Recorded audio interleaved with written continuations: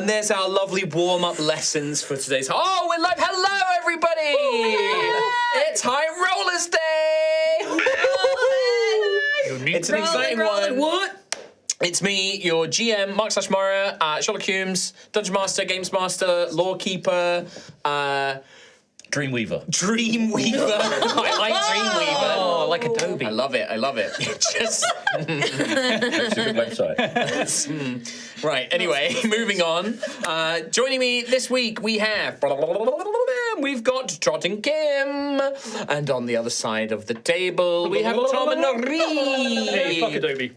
Yeah, basically, yes. That's the bit I was trying to get to. Obviously, no Katie this week. She's not feeling very well, so please can we get some lovely comments and messages on social media just to wish Katie well. And we will crack on with today's episode. Boy, howdy. Quite a few things to talk about today.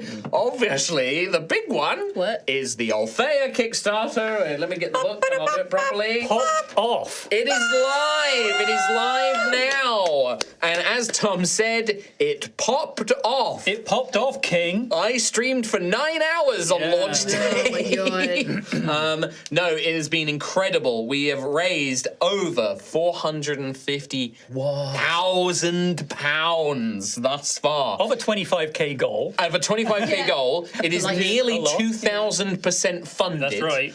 And there's still 25 days to go. That's right. What? There's going to basically be 2 paydays, like in between it finishing. That's right. There's also 1, 2, 3, 4, 5 stretch goals have already been surpassed. In fact, Tom, is thanks for the crazy. segue, because I was going to mention... Nice segue. Nice segue. Nice segue. Of those 5 stretch goals, we've unlocked 6 new subclasses, brand new my subclasses.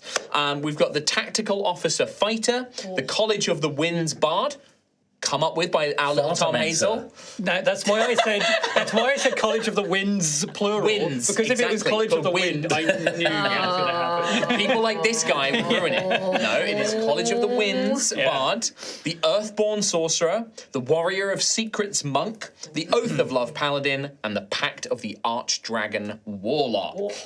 We've also unlocked a Cloth Region map that you can do as an add-on, or if you get the Empress bundle, get it for free. And then 5 Bastion rooms. If you don't know the Bastion system, it's basically your kind of like player base system in the 2024 rules. Very cool. And we are so close to unlocking the next stretch goal at 475k, which will be 3 brand new one-shots in the style of one-shot wonders. So they will be in the book, So good. ready for you to just Yes. run, basically. Those are so useful. So Great good. intro to the world as well. So good. And you can combine those with your pre-generated characters that come as part of the bundle. If you get one of the upper bundles, you get pre-generated characters. You'll have the book. Farty McFartamancer. No. College of Wind Bar. And the College of Secrets knows my truth. But I wanted to say just a huge thank you to everyone for the incredible support so far. Yeah. Not just like in obviously backing it, but like you guys have been so active in both Roll and Play's Discord and our right, Discord. yeah. You guys are going nuts for clever Toad coins. Somebody literally did a custom back of $1, custom backing with $1, and then 8 clever Toad coins. No book, no PDF, nothing. Didn't want it, just wants the clever Toad coins. Yeah, That's awesome. Who would do that? That's crazy. Crazy. But yeah, no, thank you all so much for the support, and also going out and sharing it and posting about it. Like that is honestly, if you've already backed it or if you don't have the money to back it, that is the best way to support it right now. Keep shoving it in people's faces, share it on social media, put it in your Discords, go and talk about it in gameplays, and hype up the mechanical elements to it. You don't have to say like, oh, this is from a D&D stream. You can just be like, this is a cool D&D book with loads of cool D&D stuff in and of itself. There's also a ton of comments on the Kickstarter itself, like unprompted people going into the Just comments going in and being saying, lovely This and- is why I'm so excited for it. I've loved High Rollers. It's just lovely messages in there. Super lovely. It's great. Really lovely. Thank you all very much. It's all Altheya and not Altheya. Okay.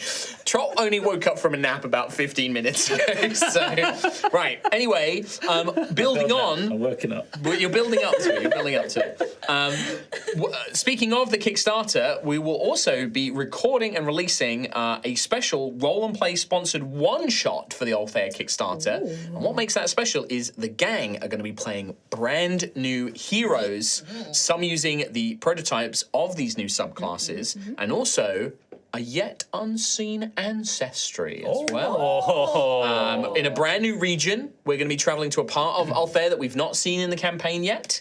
That release date is TBD, but keep your peepers peeled on the next couple of weeks. Peel 'em. As we're going to be putting that out on Twitch and YouTube and all the other places. But it's going to be a great intro because it's going to show you a ton of new stuff about the world of Altheya. So that's going to be a really fun one.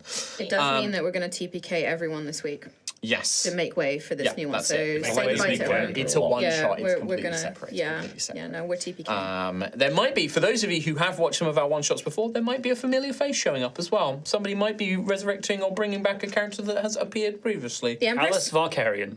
That's it. Girly. The Empress. Oh my god. Anyway. The Empress. The Empress is back. She never died. Shush. Varkarian? No, that's Garrus.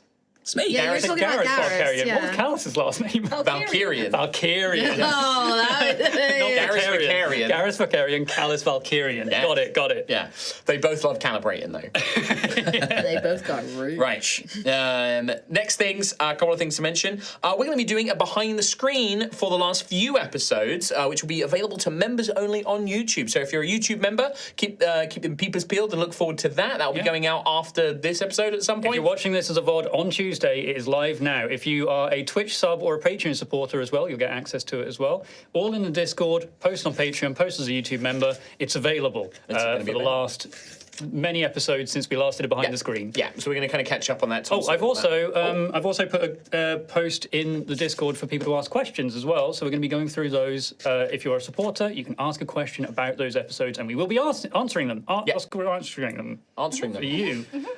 For members. For members. Thank you. And that is something we are going to try and do a lot more of. Obviously, if we see a lot of people joining members for behind the screens, we'll try and do more behind the screens because we know that people really like them. Yeah. So if you like them, please do become a member on YouTube and we'll try and do more of those. And then lastly, but certainly not leastly, again, I apologize if I butcher pronunciation, but a big Gong Si Fa Chai. Yeah. Happy Lunar New Year. Yeah. Happy Lunar New Year to all of our friends and family out there as well. Happy year of the horse. Fire horse! It's the year of the Rapidash. That's right. Rapidash. That's right. Dash. You know, Bonita. Ponyta, yeah, that's true. Yeah, that's maybe one. You guys keep it down. All right, Right. Granddad. But that is it. That is all the announcements and celebrations. Don't think I've forgotten anything. No. The Kickstarter. Yeah, you're right, Troll. It's live It's now. live. You're right. Yeah. Let's run that intro.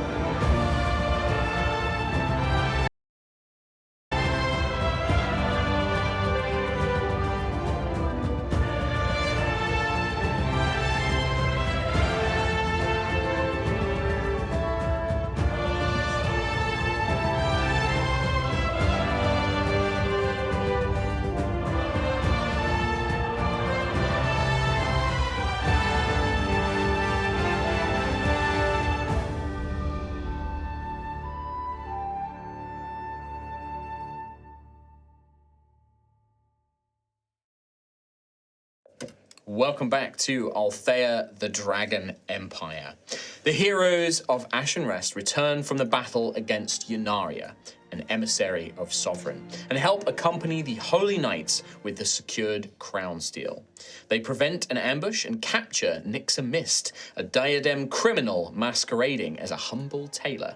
Attempting to interrogate Mist, but he resists. As they reach the town, they split up, with Ophelia, Percy, Rowan, and Daisy returning to Tyria's Rest to catch up with Matteo and Springheart, while Xanthias, under a little pressure from the party, along with Gruffith, heads to the Dominus Ignorum to seek out Lord Obsidius. In the inn, Rowan confronted Ophelia about the Grey Father and speaks of his concerns and fears and encouraged Ophelia to follow her own path, leaving her in something of a quandary. Daisy and her celestial spirit Nim briefly discuss their connection and the potential threat that the Celestials pursuing Nim and the nature of their bond might mean. Xanthius offers a sincere and honest apology to Obsidius, who seems to accept it wholeheartedly. They discuss the threat of Nyxamist, and Obsidius says that he will take care of it.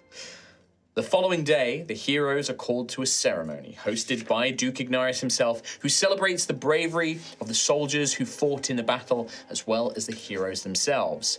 And he presents Gruff with a special reward. As the first to volunteer to go to the site of the Crownfall and help the Holy Knights in their battle, under no obligation or for any promise of reward, the Duke gives him Tharak Vol, Roar of the Mountain, an axe forged by the Duke himself in his younger years. And that is where we pick up today's episode. The ceremony concludes after a short period of time. There is much celebration. The town of Ashen's Rest, although it is not a festival day, sort of everybody is taking the time to celebrate, many retreating to inns and pubs and homes to have family meals and moments together in this celebration. There have been casualties, so there are mournings and funerals to take place as well. But the 5 of you are invited to return to the Dominus Ignarum, where the Duke wishes to speak with you all further. So this is in between the sort of celebrations and... Yeah, this is like after the ceremony. Probably Considerate Orgrim would, come up after Gruff's been presented with a gift. You're sort of led off the stage. It's all very ceremonial and pomp and things like that. And the Considerate would, sort of mention to you all, the Duke would like to speak with you all up at the Dominus once the ceremony is concluded, just to go over the matters of the battle and what happened and everything else, and keep you updated on several matters. How is Gruff looking? So Gruff actually probably had to be pushed a little bit to go off the stage because he's just like standing there holding this axe in his paws, just like staring at it, kind of wide-eyed. He's just not really comprehending anything. So he probably hasn't heard anything. He's probably like you right now after your nap, just a bit like What? A bit ambient. shell-shocked. Yeah. Rowan will be like, Gruffworth? Gruff, All right, boyo. this is incredible. I don't. And well-deserved, I must say. Yes. Don't Oh, worry. absolutely. How does it feel? It looks heavy. It looks awfully heavy. It's incredible. I've never seen anything so beautiful in all my life. Well, apart from, obviously, my wife. Oh. My darling wife, my North Star. And I suppose you. Thing Gruff's ever said to me. Do you think he's made a mistake? Do you think I should give it back? He has not made a mistake. Do you think, surely... I don't think a dragon can make mistakes like that. Oh, In front of everybody. I mean, Sir Morning, Sir Glory, they deserve it, Yes, we all got praised for our efforts, but like Duke Ignarius says, you were the one that valiantly stood up, despite whether anyone else would or not. Well, there was nothing valiant Very about it. noble, You very led the knightly. charge. Yes. You led us all. And It was just a thing to do. There was nothing valiant or noble about it. It was just the right thing to do. And that's why you are so noble. Because you're so humble about it, Gruff. That's why it's just in your nature.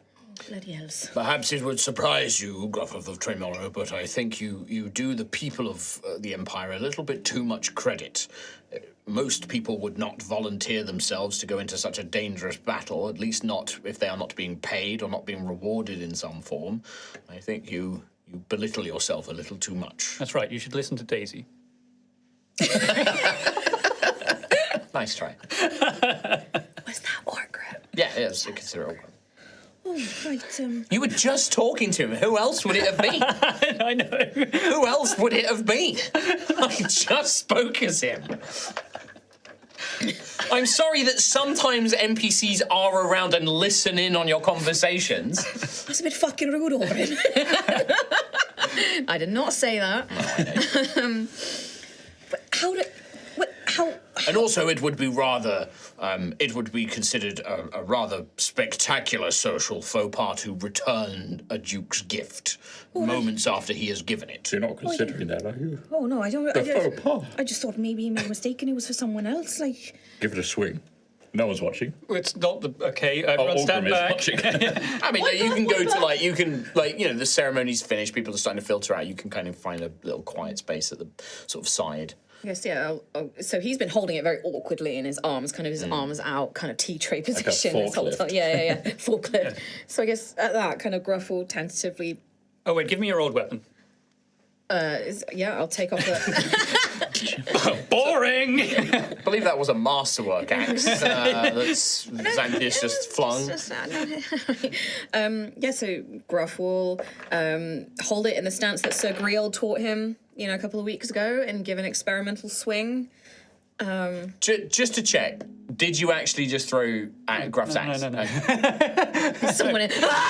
Sometimes I have to check. It is the crown still talking, right? Oh, my leg! Oh, God! No, also I was like, someone's going to have that and run off with it. But yeah, the as you hold it, I would say that it is quite big. This is sized for Ignaris in his humanoid form.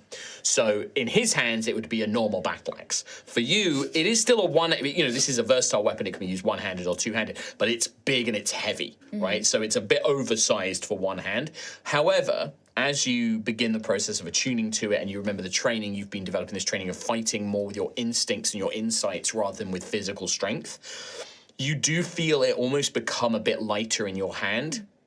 And there is, and I guess for you tell me how Gruff feels about this, because obviously you come from a very cold climate, this thing radiates heat. Just holding it feels warm. It's like being by a fire. I like the idea that it's that kind of like, when it's so cold it burns, like almost that kind of heat. Yeah, it's not even like, yeah. it's like holding the hilt of it. It's not unpleasantly, it's not burning hot or anything like that. But the thing is radiating warmth and heat all the time. Yeah. So you kind of have that like so cold, it's almost a bit hypothermic when you start to feel warm because you're so cold. But yeah, the molten lava, basically, which forms the back of the axe, most of the weight's there. So you kind of have to like do a couple of practice swings to kind of get used to the weighting. And like this is going to be like you can't like maintain heavy continuous blows. This is kind of like let its own momentum, like you begin to swing it and then just let the axe carry you, basically. Because it is definitely quite heavy. And then the runes on the axe's blade, you see these draconic runes, and they do have this magical fiery glow to them, and the pommel is this roaring dragon's head. It is an impressive weapon. I've never owned something so valuable. Apart from my wife. Well, no, I don't own her. Oh, Lord, don't ever don't feed that back to her. No, I won't. I wouldn't say that. Let's all forget that. Oh, that was, no. Don't write that down, Rowan. No one send that back to my wife. Oh, I'm in trouble now. Oh, she'll have heard that. That's a nice hut somewhere. Ice cracks. No, but this is the most valuable thing I've ever owned. How am I supposed to look after it? What's the best care for it? You are asking the wrong dwarf, Knight Errant Gruffith. I am not a weaponsmith. And this is mine. Yes.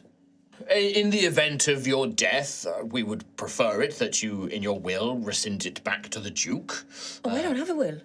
You should consider writing one. Well, that's not how we do things in ISOP. We just goes back to the community. Well, in this case, we would prefer it to, I guess that the rest of you can bear witness. We ask that the axe that Tharak Vul is returned to the Ignarius line. Should Sir Gruffith fall, or perhaps in old age, hopefully, when he passes away, it is returned. Thank you very much. Yes. I'll make sure it comes back. We must be very practical about these things. I'm not considerate for nothing. No, I understand. It's logical. You can be pragmatic about death. It helps to be pragmatic.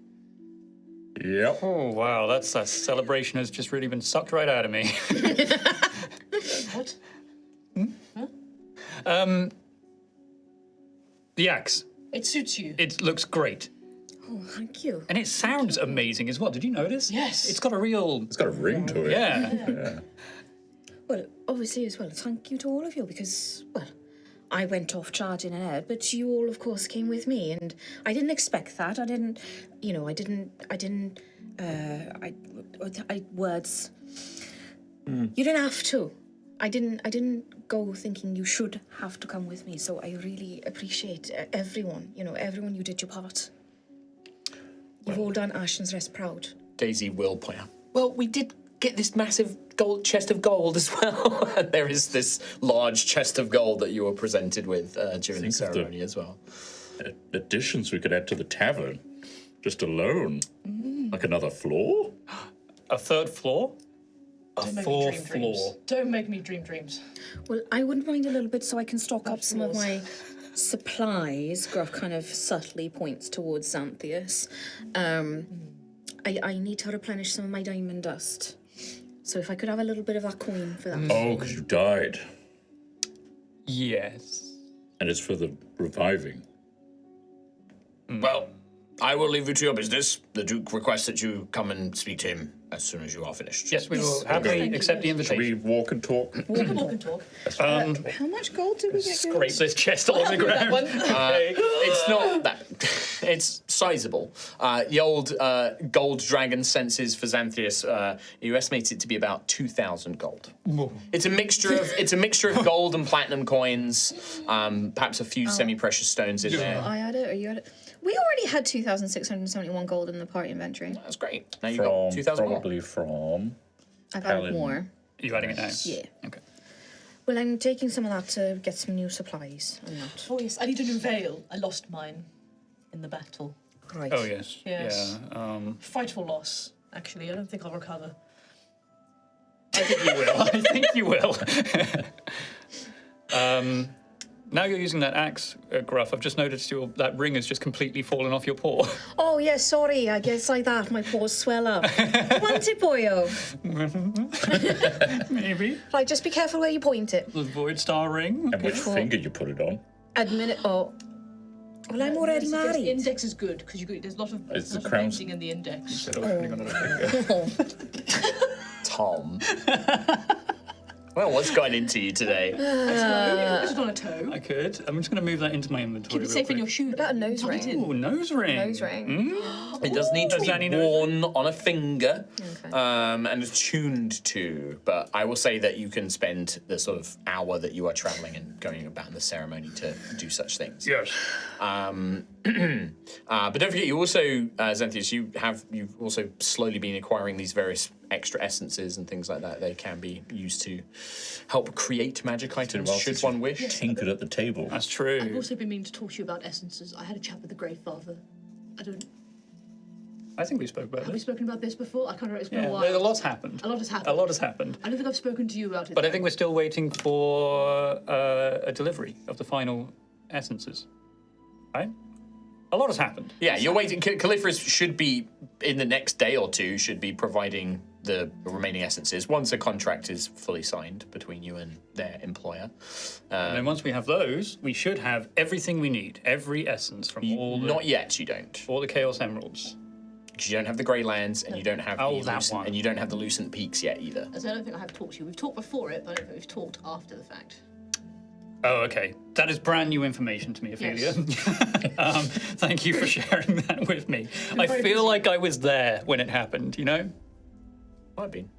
Oh, look, the Duke's door. Yeah, I was going to say, you arrive at the Dominus Signorum, are led inside, taken back up into the chambers that you've been in before. They were actually where the Duke had this sort of war council or this battle council before you went out to the Crownfall site. But this time you see him, drink in hand. He seems to be conversing with a few others, attendants and guards and things like that. But when he sees you have arrived, he just sort of brushes them off like, we will speak later. Very well. And they sort of head off. And he's like, my friends, please come in. Drinks, would you care for anything to eat? Drinks or anything? We can have anything brought in for you, of course. Did you eat this morning? I didn't go to a latte fun. No, I don't think I ate this morning. Well, he sort of like claps his giant sort of... He's in his humanoid form, so he claps his hands together and the various kobolds that serve the house arrive and begin immediately. Oh, yes, of course, my lord, of course, Duke, of course, our Duke, and they sort of go scurrying off. Thank you kindly, your draconic majesty. You are most welcome, my friend, please, while we are here, when it is us, while it is us in this moments of private as friendships, please, you have done enough for my lands. I am Ignaris. It need not be stood upon formalities in private. In public, of course, we must maintain a sense of decorum and such, but I am Ignaris when it is just us. In which case, you can call me Rowan. And I will, Rowan, indeed. Quite the storyteller. But no, I wished to speak with you and Gruffith, it looks mighty fine at your side. Your Dukeship, Ignarius, please, Ignarius. I hope I do you proud, wielding such a beautiful weapon. I have no doubt of that, Gruffith. I have no doubt of that. You have proven yourself time and time again, battling the demonic forces and those traitorous lamplighters, but then also to go out, and from the reports I have heard, you have done great things. And all of you, of course, but I see your journey, Gruffith, this journey to become a knight and to volunteer yourself so eagerly to go alongside the Holy Knights. Keep in mind that if you had not volunteered, if you and your allies had not gone on that battle, I would have been forced to send Dame Cassandra, to send Sir Griald with them, to make sure that their job was done. If I had done so, they would not have been present here. Dame Cassandra herself is injured as is. I cannot imagine that, from the reports I have heard, they would have survived the battle against this emissary. So for that, their lives you saved. We lost people, obviously, but alas, more than I would have liked. I am glad, however, that I was able to save Hearth, the village that was nearby. And again, if you had not volunteered to go on that mission, I would have been forced to stay back and help the army. I would not have been able to save Hearth. So all of those lives fall upon you as well. Said lives saved, all of you. But you inspired that, Gruffith. You led your friends and you volunteered and they fought beside you. So I think I can think of no finer place for Tharakvul than in your paws. Oh. Well, I have no words, so I just did what needed to be done. One paw in front of the other. Truly knightly answer, I feel. So, I've heard reports from scouts and such, but please tell me, how did the battle go? What happened? Well, it was hard fought. It was tough. The envoy was considerably one of the strongest foes I think we have fought thus far. Definitely so. It seems to be more powerful than any that has been encountered. The brief conversation I had with the Holy Knights implied that it was more powerful than they had been led to believe. Yes, and then those minions as well were a problem. Yes, summoned forth through a portal of their creation, but the first thing we did was close down the portal, stop them from summoning any more troops in, and it left just the envoy.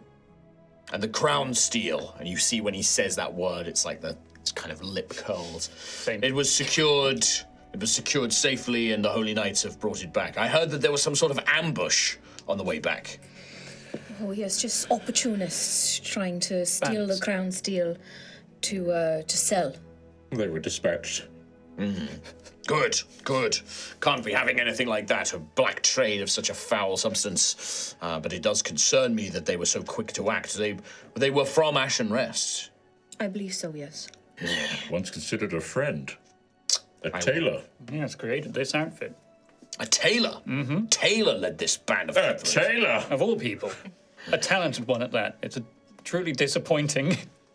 I will have to speak with Zaran Tekis, the authority. This cannot be allowed to stand. This needs to be a full investigation. How could they have snuck into my town and into my land? So I will not stand for it. I will have the authority investigate this thoroughly. But I'm glad, once again, that you were present to fend off this ambush. We attempted an interrogation as well, but managed to garner no information from them. They were resistant to our spells and our, admittedly, probably flawed tactics. Well, fear not, Xanthias, fear not. I'm sure that the authority and the Holy Knights themselves will get this fiend, this traitor, to speak. I'm sure that will come easily when they can use their spells, and perhaps many weeks of rotting in a jail cell will loosen their tongue. But still, I'm glad that the battle went well, hard fought though it may have been. I have some other news for you. I felt that you should be informed, and in fact, my daughter asked me to specifically inform you. Emberissa has sent word from Kelskaris says that Sir Eldrak is recovering well. Lady Verathera has been traveling there and seems to visit frequently, and her gift of healing, of the gift of green dragons, seems to be doing wonders for the knight's recovery. That's great news. Yes, and they have instructed me that should you ever pass through the city, as adventurers are wont to do on occasion, then the Ignarum estate is open to you, and you are most welcome to stay there should you require it. Arm estate. Okay. Yes, it is in the Burnbright district, should you require it. Burnbright That district. makes sense. Well, it's quite the honor. Thank you very much. Of course. She passes on her well wishes and speaks of you. She still thinks of you very fondly and thanks you for your kindness in rescuing Sir Eldrak. So it is only right that we pass this information on. But still, I wanted only a brief moment of your time. And, drinks and food have been coming in at this point. He probably prattles on a little bit more, but doesn't really is sort of making polite conversation at this point. It's how is your inn? How is the inn that I gave you as part of the favor? It seems to be doing quite well from what I hear. You've banished all of these ridiculous rumors of spirits and corrupted pasts and the like. It seems to be doing quite it was well. just the one spirit, actually. Yes, and not actually rumours either, but cleansed. It was true. It was true. There was some undead haunt that took place. Yes, but she has been put to rest, and I thought that was all, codswallop and peasant speak and such. No, it was not codswallop nor peasant speak, but the more truth. real than we think they are. Curious. Well, I'm glad that it has been resolved. But we have, we have turned it into a thriving business with staff and more. We'd love to see you down there one day. If only I could, Xanthius, if only I could. Sadly, affairs of state and such often keep me away from such things. Also, I do tend to stand out a bit too much. I'm afraid that the guard would not be very pleased with me. But still, I do wish you the best with it all. Thank you. Yes, of course. Now, I must excuse myself, but thank you. There is, again, important matters to attend to, and I must go and speak with the families of the fallen and such things as well. But thank you once again. I wish to come and speak with you rather personally and privately and ensure that you know that you have my gratitude and you have my respect, and I'm honored to have you here in my lands. Oh, the honor's all ours. Thank you. Rowan, thank you. And with that, Call he my just name. gives you a little nod, and he will make his way off, basically.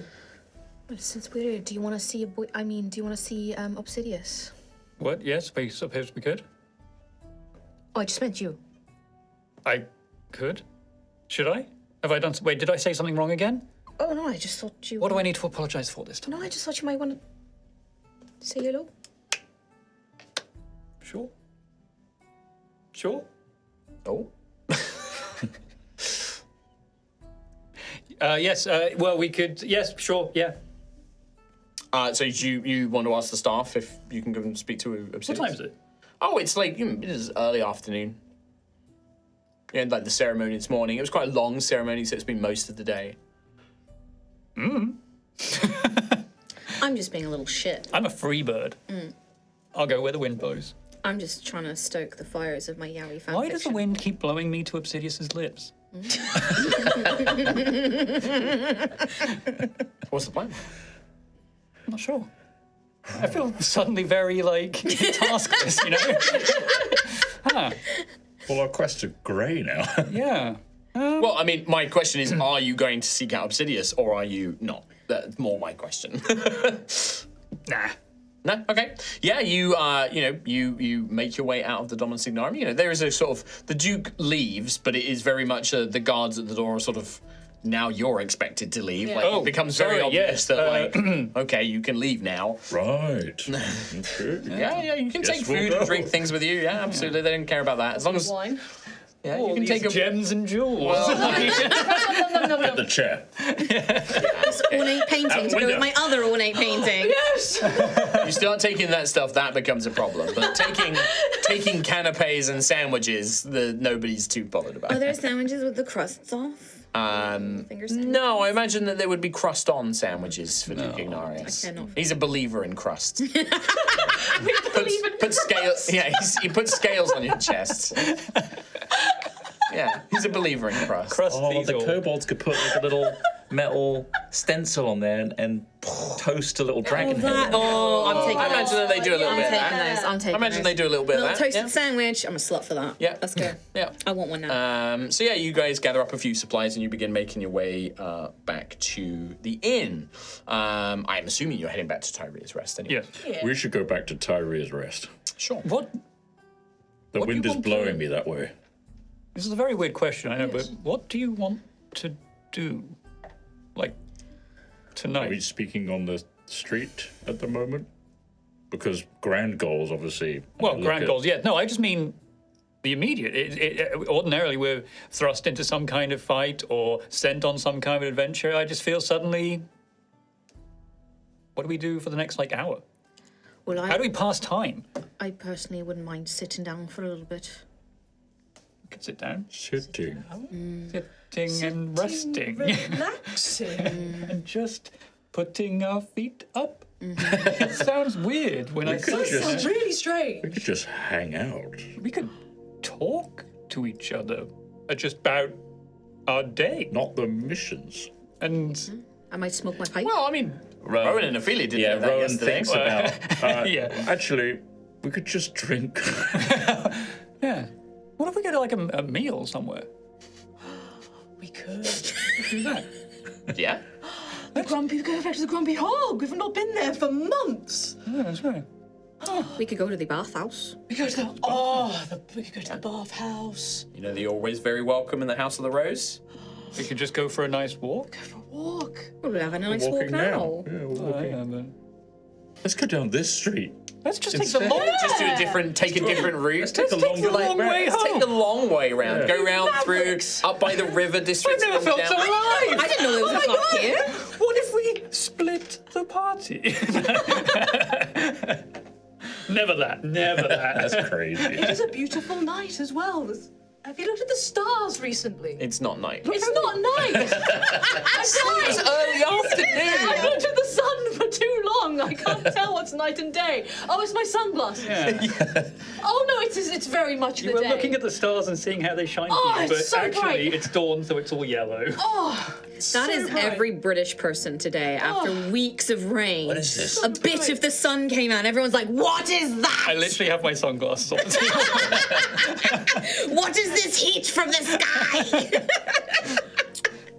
So yeah, you guys enjoy your. You take the long way back, and have this sudden, strange, profound sense of not Wellness. having anything immediate to do.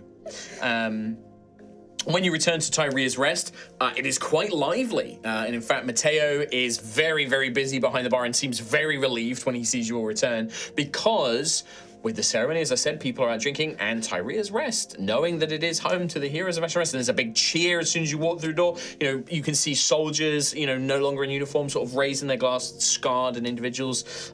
Bliss is currently present, one of the tieflings, with showing off her medal, kind of like showing it to everybody.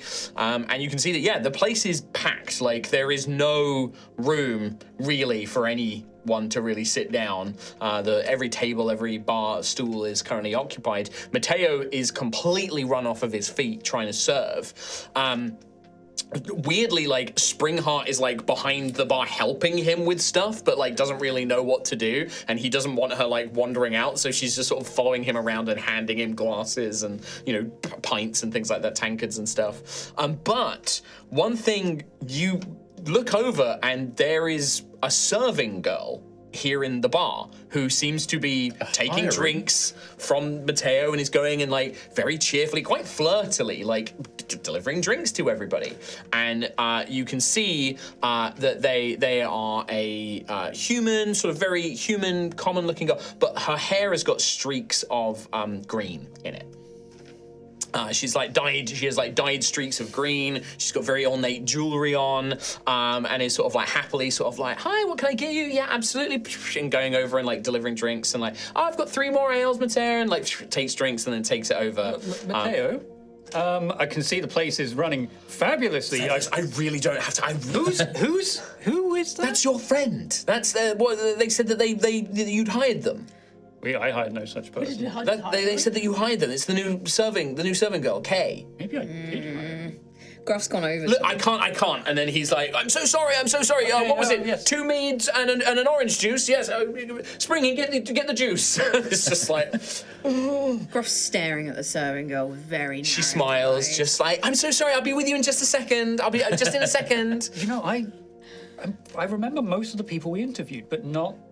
They're really good too. There was the one that broke her hip. I remember that one. They were very old. So old. And there was like. Daisy's looking at Graf like, we know who this is, right? like this is so obvious. There was like one who was breathing a lot. Oh, yeah. And you I wouldn't look out the window just in case. Not there. Okay. Garrett's on the front Yeah. door anyway, so you know that there's not going to be any trouble. Can I go over to her? Hi, like I said, I'm really. If you want to order at the bar, then we can do that. There's no tables, I'm afraid. You better not be breaking any glasses, charlatan. What was that? A round of drinks on this one here. Round of drinks. Oh, thank you so much, sir. Mateo drinks for everyone. Coming out of your pay slip. I'll take an elderflower, please, Gruffith. You see, Califerous. Mateo is like drinks for everybody, and he's like having a crisis. He's just like, we're gonna run out, and he's just like, oh god, there's not enough, and he's like panicking at this point. But there's a big like, Gruffer! Like everyone's cheering. Bliss is like, oh, thank you so much. Everyone's just like having a great time, and then this little serving girl just winks and sort of skips off. I have a Gruff is solution. shaking his head. I've got a solution. Clear a space in the middle. So you Right. just go over and start being like, make space. Excuse me. I'm pushing like tables. Yeah, Do you mind yeah. if we move this table a little bit? to the They're like, side? yeah, sure, Rowan. Sort of Like like, lifting up chairs with people on it. Yeah. Do you mind coming over here a second? Rowan's not that strong, let's be clear. Like, he's big. And Rowan's gonna like rub his hands together. Uh-huh. And I, okay, interesting. And then you see some light emanate. Everybody starts like, the whole tavern goes quiet. Everybody is focused on Rowan at this point. Here we go. And out of his hands emanates a big long table. His new spell, Hero's Feast. Oh! Now, how many creatures can Hero's Feast supply? 2,000, I think. No, I don't know think what it it's is. 2,000. Hey, that's a lot of people. That's a lot of people. But regardless of what the actual effects the mechanics are, we're definitely going to have this is going to have an effect. yeah. I just want to, I like- don't like- think a tavern full of people is going to get. Might have changed, but I feel like it was like I think it's 12 like 8 or something like that, 10 or 8 or something like that. Takes an at 12. 12 people. Okay. Oh my god, I was right. You were right. But it's, So you watch as this beautiful elaborate, what does it look like? It looks actually a little bit thrown together. Mm-hmm. It looks a little smaller than it should be because it mimics the tables at the Kobold restaurant that he learned Right. how to cook and do a big family stew with. At the previously known as the Clever Toad, now As known the as the Clever Gullible Toad. Dotnet. So it's, Oh yeah. Yeah, I forgot about that. Yeah. the table looks like that. The table looks like, but the on food is top- just incredible. Yeah, it's just a I would say that, magical like, feast. if you guys don't partake of its mechanical benefits, the Hero's Feast is like, people start coming up and helping themselves, and they're not going to take a full meal, but like, there's like bits, like little picky bits and stuff like that, and it just immediately provides like this incredible event for everybody. There's a huge kind of cheer. You see Mateo just sort of slumps against the wall. And it's like, oh, thank God, because like the table has drinks and stuff, right? Because it's a Hero's Feast. So like, and the tankards just refill with booze and things like that. Enough, for this group to be sort of put on edge as this round of free drinks, as Mateo and everybody else gets a brief moment. Mateo, has it always been like this in here? No. I think it's after that ceremony and after the big celebration, and Gruff got the axe from the Duke and everything. Everybody went. We had to turn. Garrett was like literally turning away because we couldn't fit any more in. We need to work on this. This is a project that we need to expand, obviously, clearly. Yes. I mean, like Outdoor it's seating. the coffers are. I mean, I know you just got that big reward and stuff, but the tavern coffers are doing fantastically. And like, me and Kay have been getting tips all night. Like, it's been amazing all day. Yes, very it's been good, amazing. interesting. I'm How backing away surprising. slowly. So we're getting so low on supply. Like, we are going to run out today. Right. Okay. So, which is fine. We've got enough money to like buy some more, but it's going to take some days. So the inn's probably going to be closed for a couple of days after this.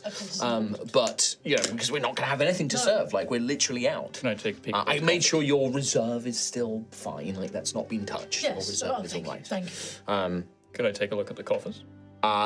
So I do have to. Like literally walking away mid-conversation after he says that. Licking the air.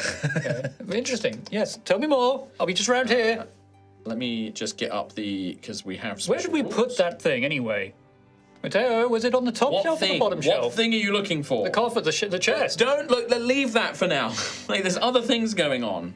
Where did I put it? So, because you have just the basic bar at the moment, you normally make 50 gold a week, but certain events will multiply that, basically. You also have Matteo counts as an expert staff, which adds you an extra 15 gold a week, so it's at 65 currently. And then I think what I'm going to do is I'm going to give this event is going to give you a ×5 bonus, basically. So, yeah, it's going to be 65 times 5, but that's going to be for the whole week, basically. Man, I'm like opening this because you're going to basically burn through your supply so that it is closed for the rest of the week, basically. It's like Bowertro. Yeah. And how has the feedback been on the wine and the beer? Have customers been enjoying it? Well, I mean, it's pretty basic stuff, I've got to say, Sister. It's like people, they've not been raving about it, they're not complaining about it, it's all fairly standard, but nothing special, nothing spectacular. Maybe get an exclusive range in, perhaps. But that's it, we don't have anything unique to offer. Really, the unique thing is you guys, and obviously they saw the ceremony, but this will die down. In a week, we'll be back to our usual, and it's not super busy, but right now it's packed. Okay, good to know. I'll have a look at sourcing some more interesting drinks, perhaps in the future. I mean, certainly that would be a good thing. I mean, and also more staff. I've been run off my feet. I'm so glad that this K woman that you've hired showed up. Yes, this K. And I'm pretty sure that Matteo has met Califris before, but has not picked up on it. It's just wave me. Yeah. They've met, but he has not picked up on this is the tiefling that he's met. But yeah, so yeah, it's definitely he's been run off his feet. Springheart sort of immediately sees Gruff and it's picks once ups. Yeah, but it's I've been helping Matteo. He's been teaching me how to pour a drink. Right, has he? What a funny uncle. You have to tip it so it doesn't get all the foam. People don't like the foam. Right, and you haven't been drinking any of it, have you? No, I don't know. Right, it's not water. Disgusting, isn't it? Good girl. I'm going to have a word with that. Also, I'm a dryad, Gruff. I don't think I could drink alcohol. Oh, you know what alcohol is, right? Yes, I lived as a long time, but my memories are funny. Okay, right. Let's get you out of here. Yay! And sort of switchbacks into... What child labour laws are like in this part of the world, right? Let's get you out. So you take her out to the shrine and you kind of take her out to the back. You take her out to the back. Yeah, no problem. The busyness lasts for quite some time. I don't know how long you guys want to sort of let this go on, but I would say if you do nothing, the beer runs out about 3 hours after the sort of Heroes Feast. Because how long does that last? 1 hour. 1 hour. Constant eating, yeah. Yeah, so basically after an hour, but also probably everybody's absolutely either sloshed or full. And so most people begin to filter out, or Garrett is throwing them out because they're absolutely completely blasted. So about 2 hours afterwards, so we're getting into sort of late afternoon, early evening. Everything's kind of cleared out. People are beginning to drift out. Matteo gives Garrett the nod, and the last few stragglers are sort of booted out. Sorry, we're literally dry. You've drunk us dry. Go on, off you go. Get out, and sort of kicks everybody out. Tell your friends. Yeah, tell your friends to come back next week when we have beer. But as they do, you see sort of Kay is sort of wow, what a busy day. Very busy day. Thank you so much. I didn't realise that we Yes, it's no problem at all. Sorry, we've been so busy recently. We've forgotten You've been the interview. so busy, so busy. Anyway, it's a pleasure to meet you again. Yes, of course, yes. From the interview. Exactly. Charlatan Green. Hello. A sec. Met them before. It was a mailman once. You're Califris. Yeah. Oh, the game's up, I see. And you hear Matteo go Wait, what? As Kay, obviously, magic kind of shifts and assumes their feminine form, sort of dressed in this ridiculously scantily clad, sort of like, legs bare and sort of incredibly illicit jewelry covering places and things like that, and just like, hello, darling. Okay, how much do we owe you? Nothing. Really? Yes, well, All the service? and holds up like a very jingly coin pouch. Very good tippers. You had some wonderful tippers. But no, I did it as a bit of fun, Xanthias. It was quite fun. I came along to deliver what we've been talking about. Yes. And it turns out I turned up, and poor Matteo here was suffering. I couldn't bear it. I couldn't bear to see him suffering. So I thought, why not help him out? And, a little magic and a little everything else. Amazing. Thank you. Where are they? They are secure, but don't forget we have certain elements. A contract needs to be agreed and everything else. So that needs to all be done formally before I'm allowed to provide you what the Baron has said that he would. And you see that she reaches in. She probably has like the tiniest like little pouch, and she folds it out until it's large enough, like almost like a knapsack size. Huh. She reaches in and pulls out a large carved stone tablet and places it on the table. And the tablet has on it a large, handsome, quite almost a little bit like Persian sort of style bearded, sort of sculpted face with rocky eyebrows, beautiful like inlaid emeralds for eyes, or like slightly darker green. It's not an emerald, it's like a darker green stone for eyes, and it's kind of shaped. And then around the edges of this tablet, facsimiles of each of your faces have been carved around the side of it. One for Ophelia, one for Xanthias, one for Gruff, one for Ronan, one for Daisy.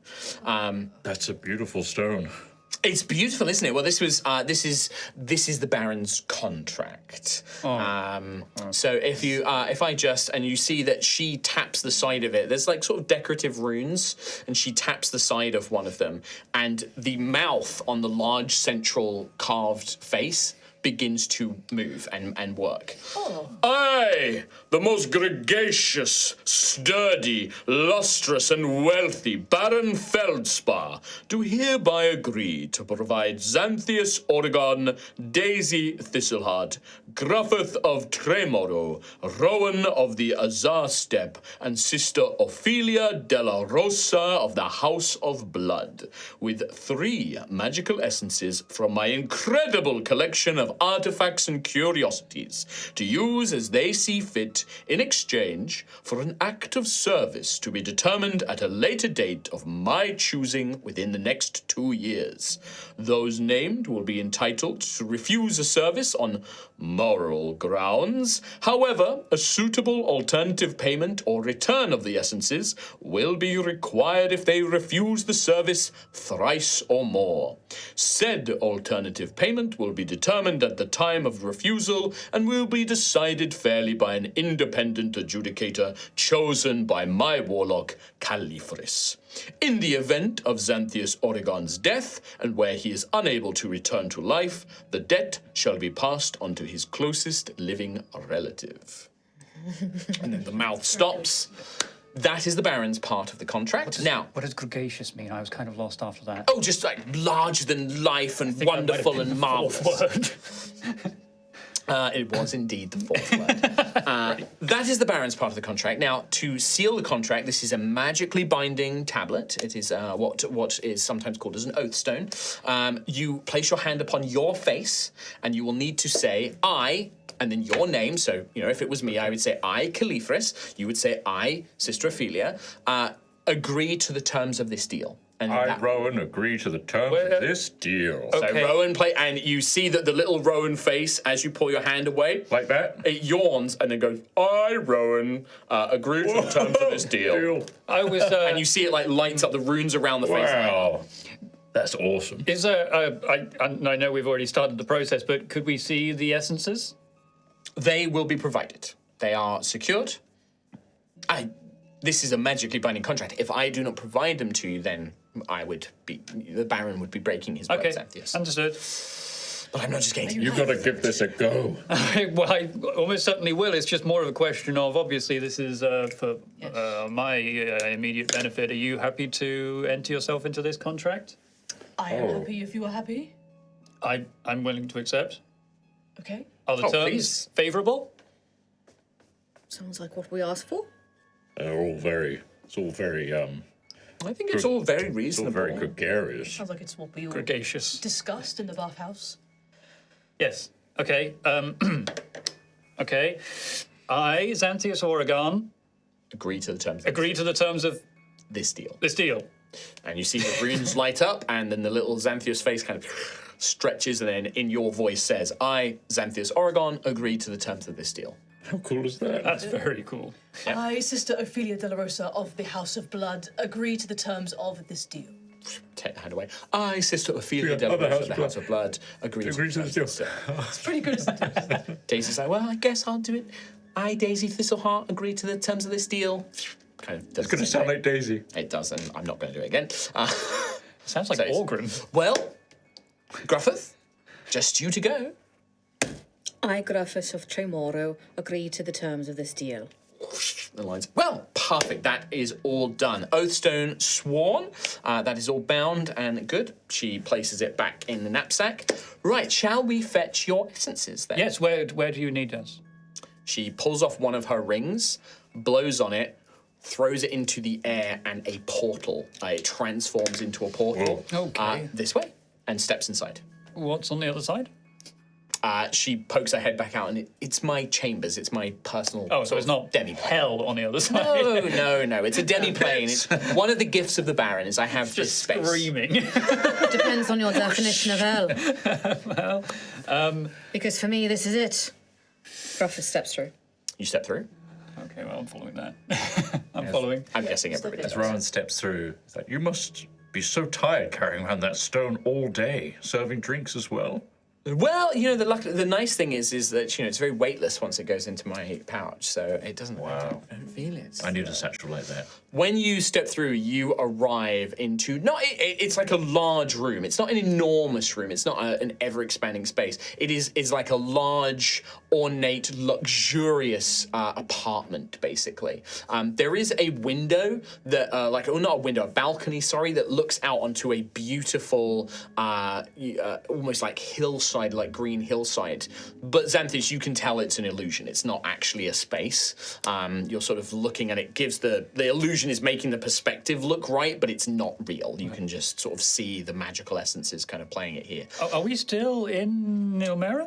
Yes, you are. We are. Well, it's a demi-plane, so we're technically still in your inn, but we're sort of in a layer between it and other space. Okay, so in the very inn, but in a bit inside the inn. Yes, inside the sort inn. of, yes. In But this Ilmera. is my place. Yeah, I'm welcome, and sort of shows around. And you can see that this is a luxurious. There's a weirdly sort of modern vibe to it. It's almost like this kind of penthouse apartment vibe, but it's made of like more traditional materials. Is that a 4K TV? It's not. There's no 4K TV, but there is like a wall of antiquities. You can see that there's various collections. There's a beautiful library full of scrolls and tomes.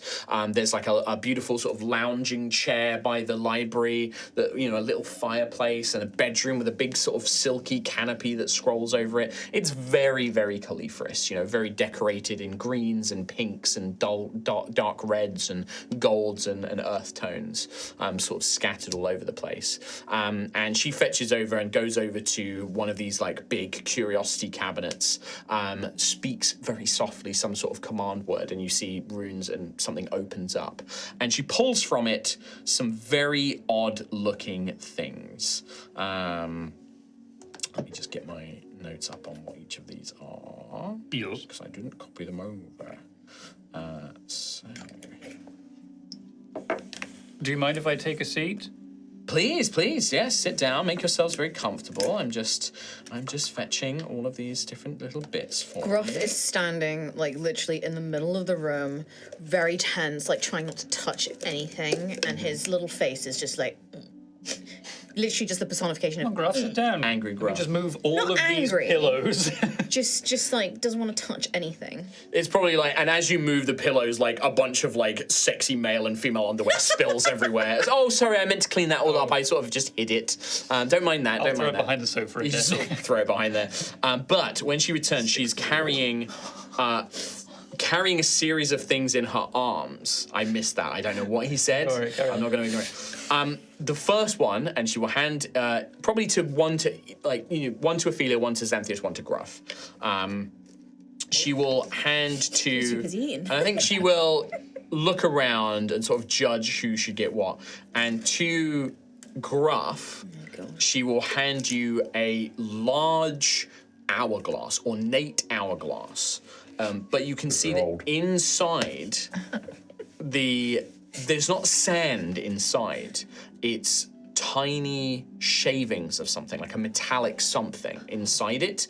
And the outside of it is made of a silvery metal that you don't really recognize. And she will hand that to you and be like, this is from the precept coil. This is an essence of law. Those are actually the shavings from an Orderius tree. They grow in the precept coil. Very rare that trees or plant life grow there. So they're sort of quite important there. So that's what that is. And then let's see here. I think, yes, Xanthius, here you go. She hands you a bizarrely shaped elixir. It almost looks like a glass blower's fucked up, and it's like made it all like the wrong shape. Okay. It like glass blower with hiccups. But it has like spikes. It has like holes. Yeah, honestly, it looks like it's but like Oh shit! Put it on the discount shelf. a section of it has like become like a fucker will long buy it. spike, right? One section of it's like blown and bulbous. One bit's far too thin, and then the next bit's too wide. Like it's all kinds of fucked up. How do I write this down? Fucked up. Well, glass. hold on. Is this safe to handle? Because you can see that it's been sealed at the top by a metal that looks remarkably similar to the silver metal of the hourglass, and it's been stamped with an almost cog-like rune and bound. This is an elixir of pure chaos from the Howling Sea. It's been sealed by a magical rune of law created by a custodian of the coil. The only thing that could keep primal chaos literally sealed and contained. Elixir of Chaos. I'm okay to just hold this, right? Because the other essences we have are... No, these ones. Sometimes you do get those volatile essences, but these are quite safe. Now, I thought that you would like this one, Sister Ophelia. And she presents you, it is a calcified little demon imp. Like, he's been petrified in this kind of almost resin-like material, like it's completely covered in this foul, demonic green glass-like substance, and it's sort of set in and sort of completely calcified this little demon. This is a calcified dredgeling from the Helian pit, fossilized beneath layers of ichor. Oh, this is just darling. Isn't it delightful? And it's almost like the shape and size of a little demon plushie, but it's like this horrific, like he's screaming in agony, like and it's been fossilized, been caught in like sap basically, and then fossilized. That's fascinating. And she hands that to you. Where was that from, sorry? That's from the Helian pit. That's from a demonic essence. Demonic twin pits? Yes, the twin pits. Yes, the Helian. It can't come back to life. It's not going to bite me. No, that thing's been there for a long time, Sister Ophelia. You don't have to worry about that. But that should be chaos, law, and the twin pits. I believe that those were 3 that you needed.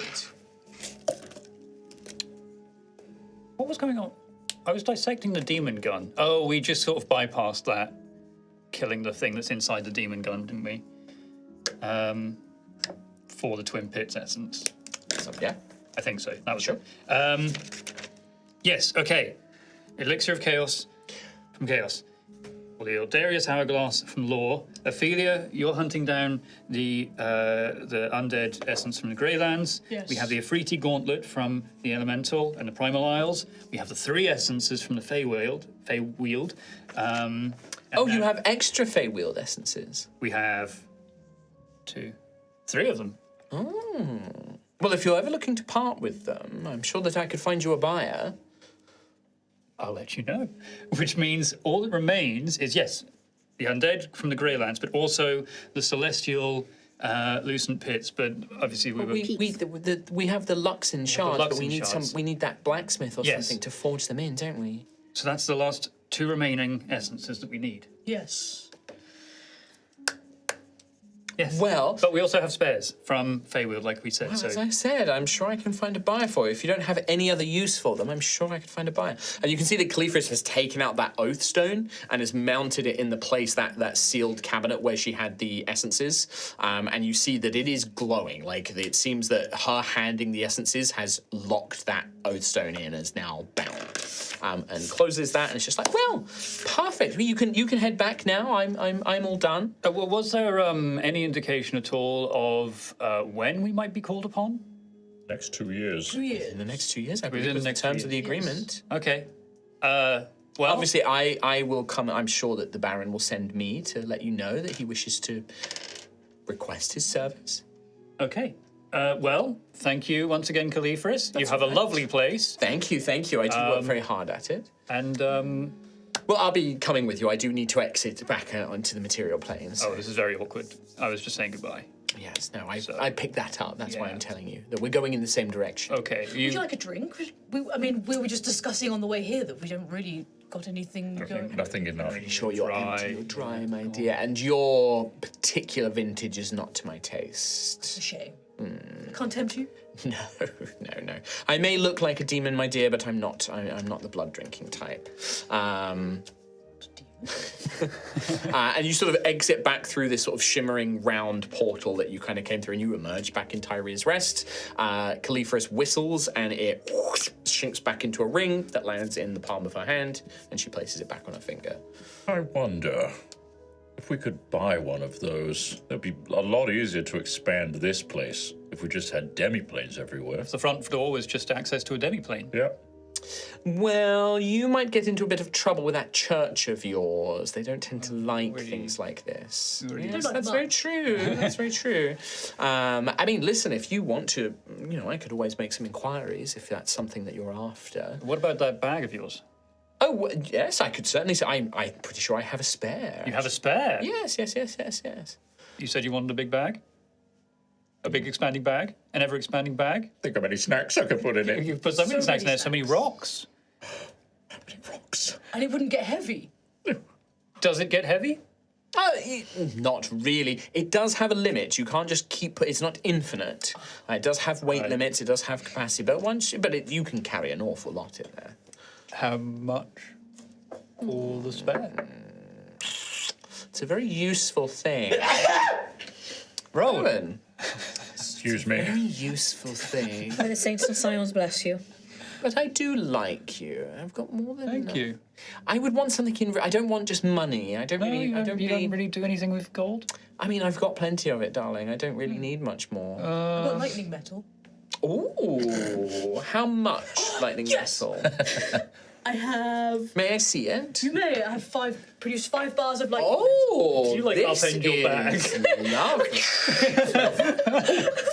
Okay, yes, and she mage hands it because it sort of zaps a little bit. And she's like, yes, this is wonderful. Oh, yes.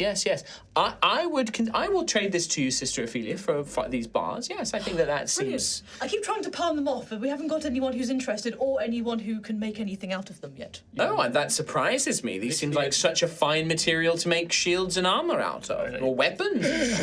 You, But no, at no point Sister did you Ophelia. approach me with that. Here is Sister Just have a Ophelia. use for them. Yeah, you're right. She pulls out a sort of glamorous knapsack. It's like a leather sort of, you wear it over the shoulder, hands it over to you. Thank you. And deposits the 5 lightning metal bars into Cleophas's bag. There you go, Rowan. For you. Are you sure? It's for you. Oh, well, I don't have anything to pay you with. No, you have it. I was thinking about. No. You're my friend. Let me go through my... Have a Rowan, Have a maybe bag. take some of the gold from our chest here that we just got Yeah. from the Duke. Ophelia, deposit it back in the chest. the gold. The gold that Rowan gives you. Why? So he It's a feels like he transaction. paid for it. But you're giving it to me. No. No, it's fine. I'll play along. There you go, Rowan. Thank you very much. That's okay. Should I put it the other side of my satchel? Rowan, you now have a bag of holding. Rowan starts putting stuff in it. Okay, what stuff? Put that in there. All stuff. Chair. All things. Says, we need those. Rowan starts getting No, experimental. so here's the thing with bag of holding. You cannot just put anything in it. You can put in what will fit in the neck of the knapsack, basically. So you can't put a full chair in there. You can't. I'm gonna like a 5 foot.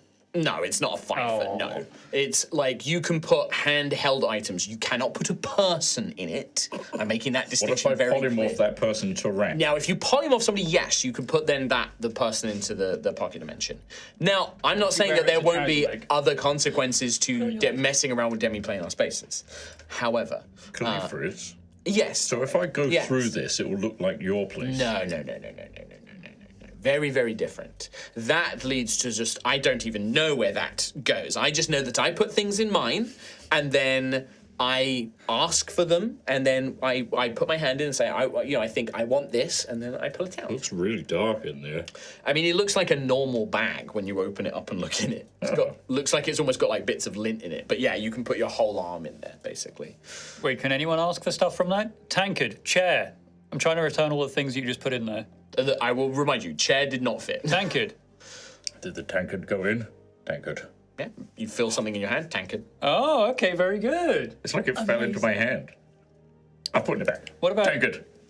Gruff's old staff? I say old staff, masterwork staff. That's what Percy's using. The axe, you mean? Yes. That won't fit. Why are you so Yeah, desperate to that give away actual my fit. ducks? I'm not too desperate to give it away. I just figured you probably don't want to carry it anymore, but we don't want to get rid of it. Like, So you know, put it in things the- like, for the bag, like, you could put a suit of armor in it, but you would have to break it down into pieces and then put the pieces of armor in there, basically. You can't just be, like, whole standing knight suit of armor, whoop! Yep. But you could, like, put a greave in there, put a boot in there, put, like, a belt in there, you know, you could slowly... Oh, maybe you could So it store takes my- time. You can't just immediately swap things in and out. Put my immovable rod in there. Percy. What would happen? Would you like to drive? No, I do not want to put my immovable rod in there. I'm worried I Tear would the fabric of I would space and end the time. universe if I put a stop, if I created just one fragment of Oh, space. it wouldn't destroy the world, Tom. There's a Kickstarter. We can't destroy the world. It might kill all of you guys. Wait, what? I did say we needed in to keep the end of this. the unknowable, immovable universe that is inside a bag of holding, and I create one thing that cannot move. It's a great question. What would happen? What would happen? I want to know. That sounds like a great thing for a I want members to know. That sounds like something we could talk about in a behind the screen. But- Available now. Rowan, you may add a bag of holding to your inventory if you've not done so already. Do you mind if I borrow some coins from the chest? Yes, of course. Rowan giggles. He goes up to the chest, puts a load of the coins in the bag. How much? A Rowan handful. Okay, so maybe like 30 gold. I'm rich. And he gallops out of the door. Okay. I don't like. Bye, Rowan. It's nice to Well- be enthusiastic. I feel like our business is lovely and concluded. It's been wonderful seeing you again. Thank you for a transaction well Of course, organised.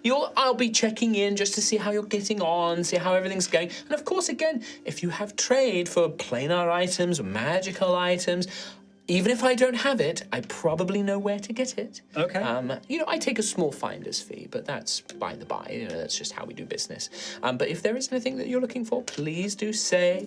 Do you know of a blacksmith who can work some Luxin shards in the immediate Well, I area? believe I told you. I said that I'd heard of this. Yeah, a lot has Daver. happened. It's been maybe 6 The only months. the last thing all I knew about this David blacksmith, and I believe I told young Daisy this, was that, as I understood it, they were being held by the Ecliptic Order somewhere, some sort Right. of prison or stronghold, or I don't know. Maybe they're not a prisoner. Maybe they're sort of there voluntarily. I don't know.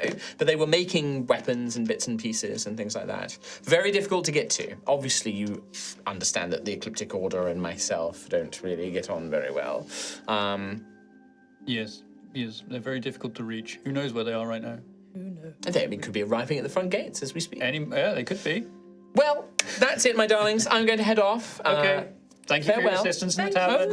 course, of course. It's actually quite fun. And then with that, she sort of trots out. And I think just before she gets to the door, she kind of like looks around, and then she'll shift into the sort of bigger, broader, masculine form, a bit more covered up, looking like a sturdy traveller, and is like, right, see you later, everybody. And then we'll begin to make their way out and stride, very Gaston sort of build, and starts to, this handsome, green-skinned tiefling, Adonis begins making their way down the street and heading off in a different direction. Yes, I will store those essences alongside my in the arcane workshop. Yeah, Sure. to keep them safe. I don't know how safe they are down there, but Sure. better than having them on me, I guess. Yeah. I don't want to spill chaos all over the place when I break that flask. Do we have a lock on that door? When you put the flask with all the others, you look back at it as you're about to leave, and you can swear that it's a different shape than it was last time. Yeah, but I have a perception of 8. That's true. That You is don't notice exactly shit. how it looks. You don't notice shit. Yeah, that's actually a very good point that I'd forgotten about. Yep, that's how it looked 10 minutes ago, and will look in 10 minutes. Yeah. But yeah, as Clifford. So where does Rowan go? Rowan's run off. Round the corner, latte fun. Just Puts in buys. a huge commission.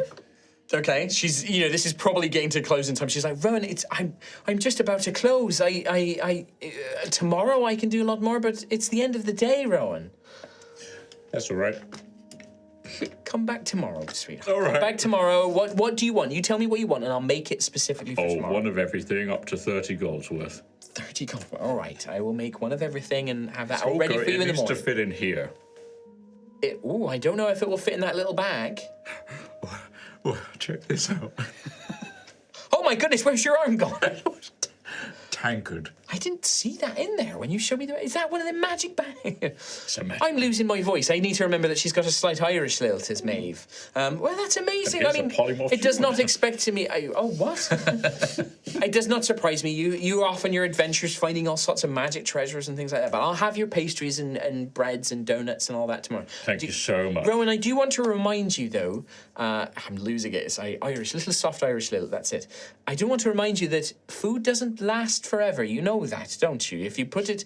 Now, I don't know how your magic bag works, but if you put it in a normal bag, it goes mouldy and goes rotten, and it's not good after a few days. Are you sure? Yes. Rowan goes into his normal satchel and brings out an old croissant. It's just covered in, green mould and fluff. Still good. No, it's I'll not put that in good. this bag. Oh, sweetheart. I'll see you tomorrow. Okay, bye, Rowan. Just Bye, wait. thank you so much. Also, if you want to do a deal with our... Anyway, I don't know. We've talked about that. You keep saying that, but then nobody actually makes the deal with me. All right, bye. Bye. Just waves. Where do you think he's gone? Well, the clever toad is here. Clevertoad's here. That's what's confusing Yeah. me. Where could So- he have gone? Guys, Oh, he's He's at the window. He's doing package. He's doing package. Latte fun. Are you okay, Rowan? yeah, Where did you go? just next door. Oh, right. Oh, but aren't they closed now? Yeah, but they'll sort me out in the morning. Okay. Sorry. Okay, define the terms of sort you out. One of everything up to 30 gold. Okay. That's what I That thought, fits yes. in this bag, along with the other stuff I've put in there. Okay, right, but you know that food goes Those off. Yeah, I've already heard it. And I've showed them this.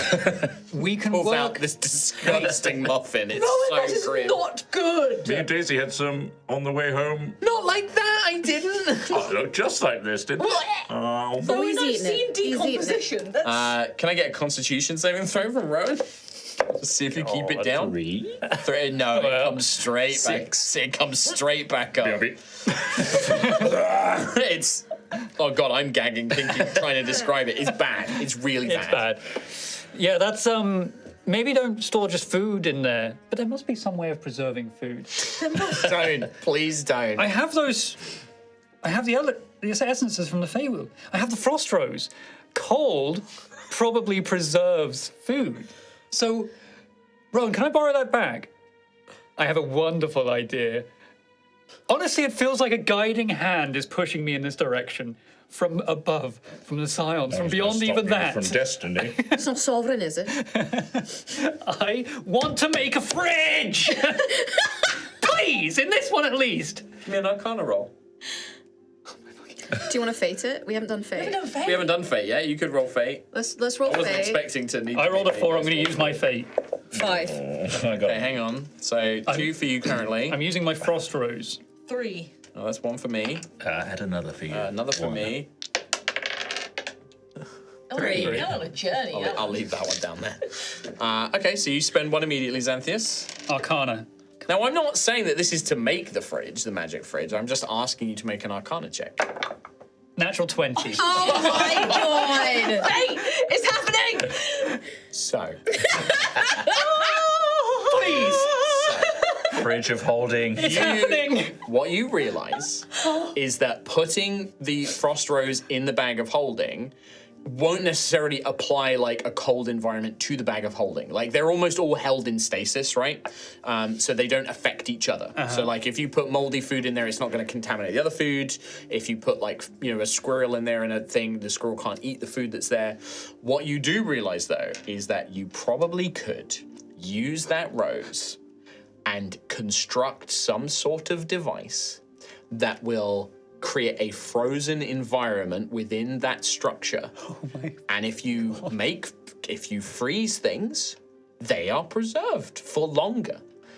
I will say on a natural 20, Tom, you now have the arcane schematics to make a fridge. I have I'm beyond Zim Zam Zambalor.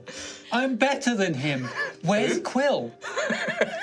I want to travel the realms. I need to go to distant worlds and spread my magic to Tell that third boy that you know how to make a fridge. God. I can see different realities. Now, you requires this incredibly rare planar essence that you've only found one of.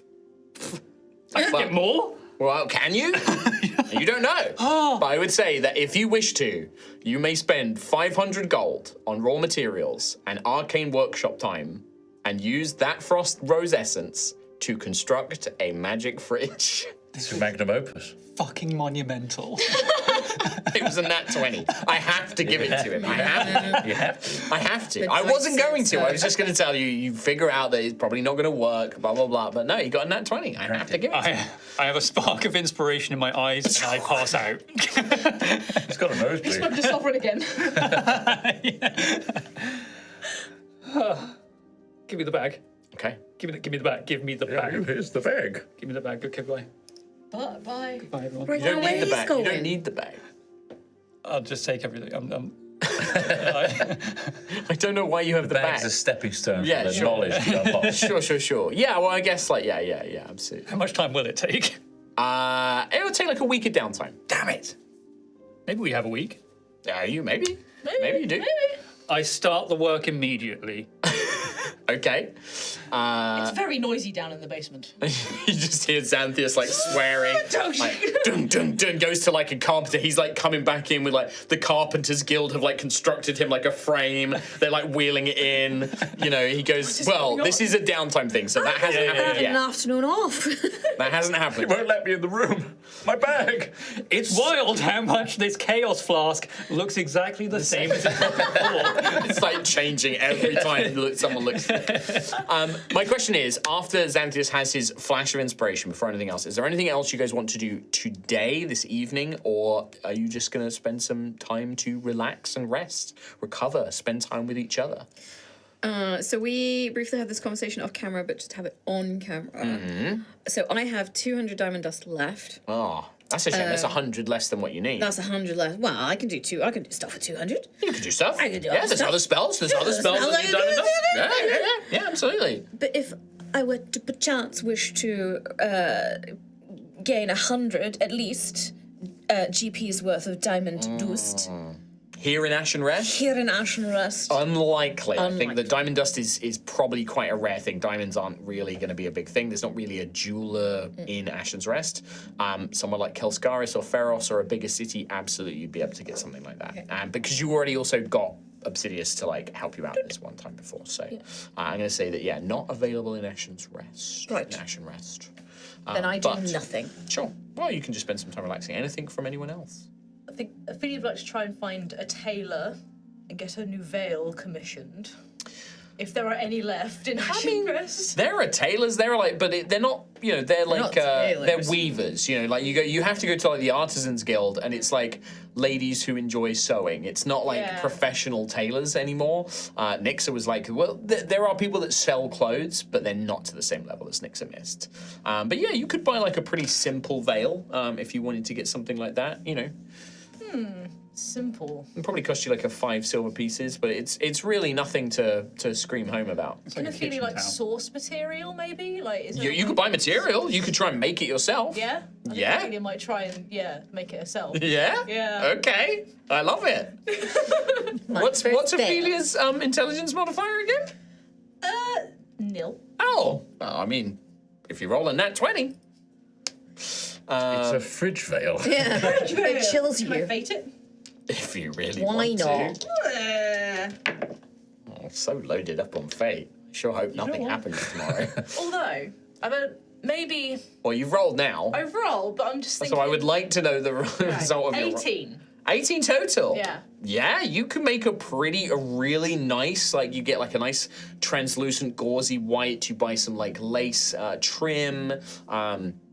You can hand sew like some symbols of the Grave Father and things like that into it. You could make a really nice veil, I would say. I feel like Ophelia could make it, but then I think That's pretty worky though. it is very worky. I feel like halfway through there'd be kind of like a pause in that process. Oh, interesting. So she'd be like, she has all these beautiful materials like all hanging about her room ready to make it with, and she sort of sits there and she just looks at it.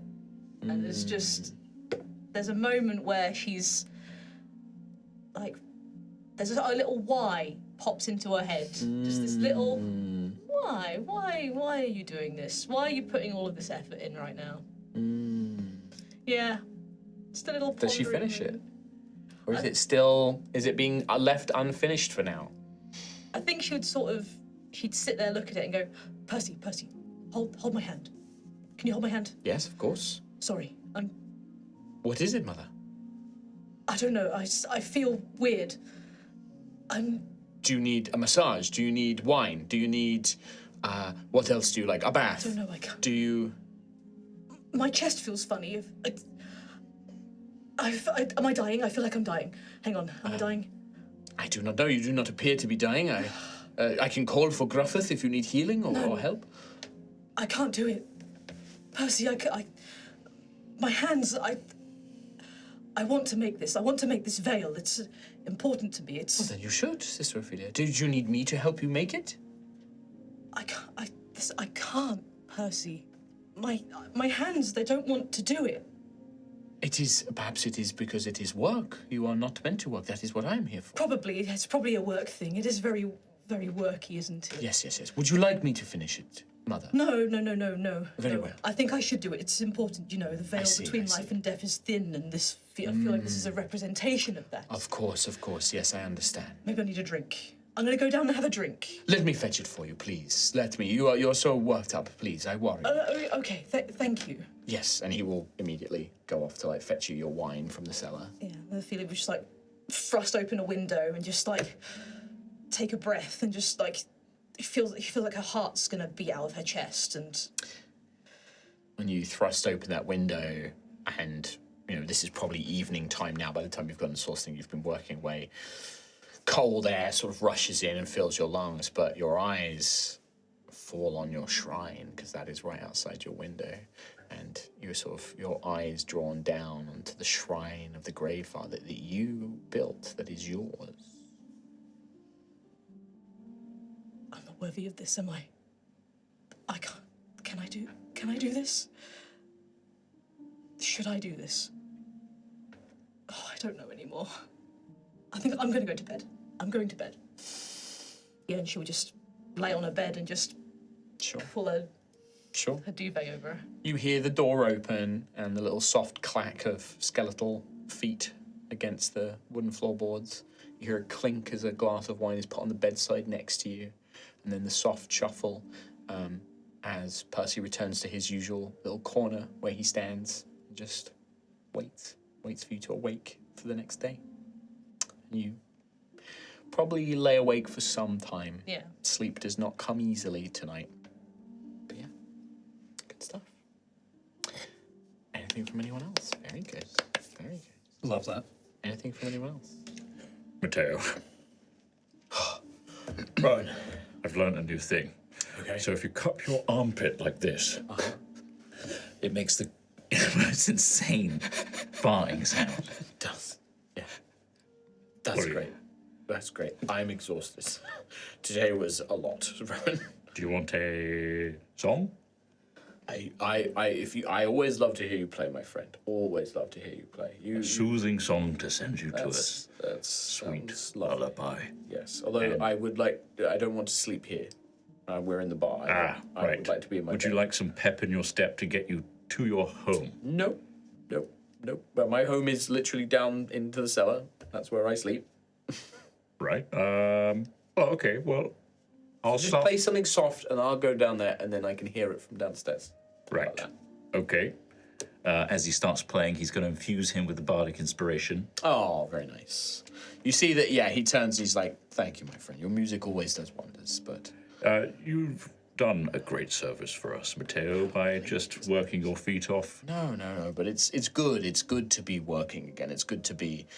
I was wandering around and I was just I didn't really know what I was doing. And actually being here, I really like being a barman. I quite enjoy being, I'm not quite an innkeeper, but I like it. I hear stories, I get to tell stories, and I adore little Springy. She's wonderful, and I just get a real sense of belonging here. Well, It you do means a belong lot. here. Oh, thank you. You're my always friend. It's- welcome. That's been a feeling I've been missing for a very long time. Yes. It's been it must have been a decade now, I think, since I felt like this. That's almost 10 years. That's right, yes, 10 years. It's a long time. It's a long time. It's fond memories. Fond memories. And you're about to make a lot more. I already am, my friend. Already am. So many great stories to tell. But I'm going to go get some sleep now and leave you to it. But thank Very you. well. I appreciate it. And I appreciate you. And I appreciate everything you and the others have done for me as well. Oh, think nothing of it. Doing things like today, it's literally my pleasure. So, exhausting as it may be. Wonderful. Well, we'll get you some help. That would be marvelous, actually. Yes. What? Can we hire the? No, that was Califris. I know it took me a long time. I can't believe it. He was so normal. The green. I should have put it together, but oh well. I'm a sucker for a friendly face. So, but yes, some help would be brilliant. I can do the interviews and things like that. If you're just willing to put a bit of money behind it, I can sort all of that out. Yeah, I dipped into that chest earlier. Just go nuts. I'll check in with the others if that's all right. But yes, I will do that. Yes, all right, very good. Good night, Mateo. Good night, Rowan, and we'll make his way down. Distant thanks.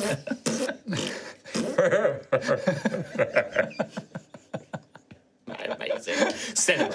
Absolute cinema. Absolute cinema. We go from Ophelia to that scene. It's just so good. And the guy that caused it. You contain multitudes. The reason for why I do Yeah. stupid shit. It's so good. Right, with that, anything from Gruff or Zan? Just a short thing from Gruff. I think Gruff would have gone to the bathhouse because he has an affinity for it now.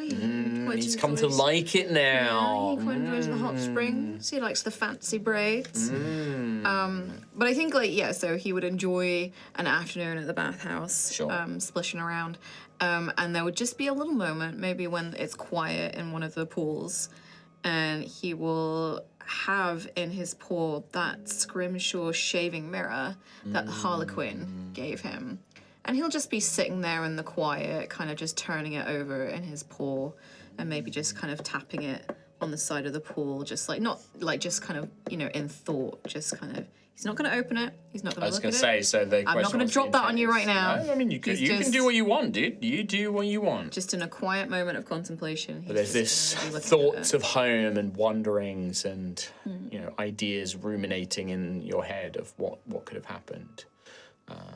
Still no letter back from your wife yet, but it does take time. Your messages reach a lot more quicker than hers will reach back here.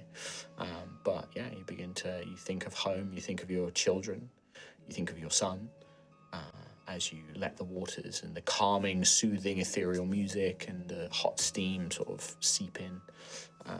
Reminding you maybe, because there are hot springs and saunas and things like that back home. It's quite a common thing to have like the ice flows to visit the hot springs. But yeah, it kind of lingers on those for a moment. Wonderful. Anything from Zan? I think he's just latching on to any project he can find. Like, obviously, the above the table thing, I really want to make a fridge. Sure. But there is also the element of, there is just a fear of downtime, especially Time after ticking everything away. that has just happened, where it's like, give me literally anything else to think of. So he's just going deep into this project of just something to take his mind away. So he doesn't think about his arm, he doesn't think about Crown Steel, he doesn't think about the battle, doesn't think about dying.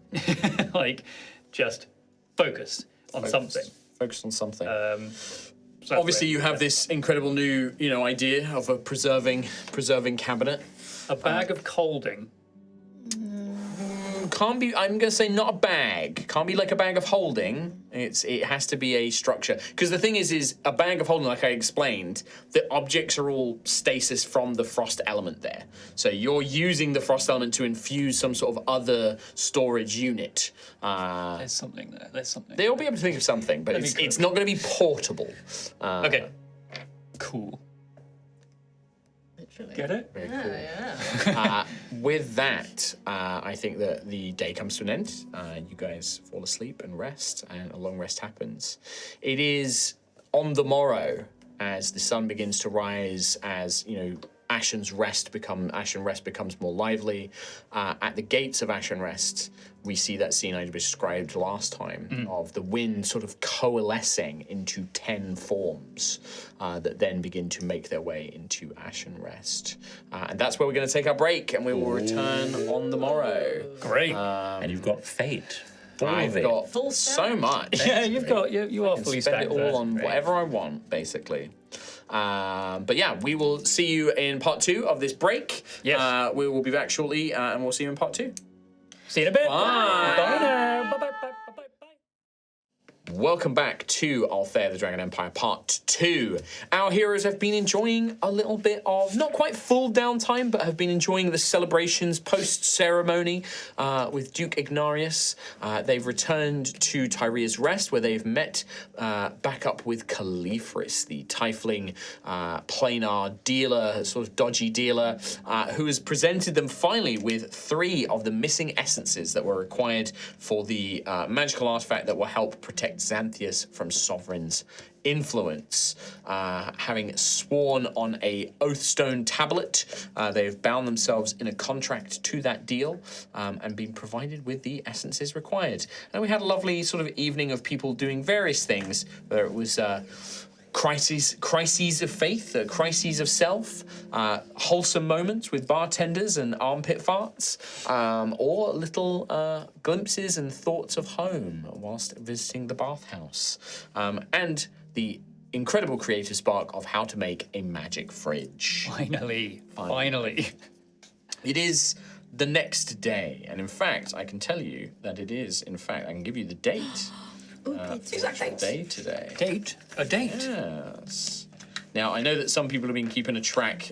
They've been trying to keep tracks privately. I've seen some so spreadsheets that are just Incredible. packed with it events. may not line up to those because there might be bits of information that haven't made it out yet and some things like that. But today is the 5th of Gold Harvest. 5th of gold. 5th of the mid-moon, sorry. 5th mid-moon of Gold Harvest. And as you awake and all begin to make your sort of presence known, Gruff coming out of your little sanctuary at the back of the house in the garden, Rowan sort of making your way downstairs, Sister Ophelia and Zan the same thing. There would be, not commotion, but you can hear activity coming down from the inn below. It's not exceptionally early, but it is certainly far too early for anybody to be sort of coming to the inn for drinks.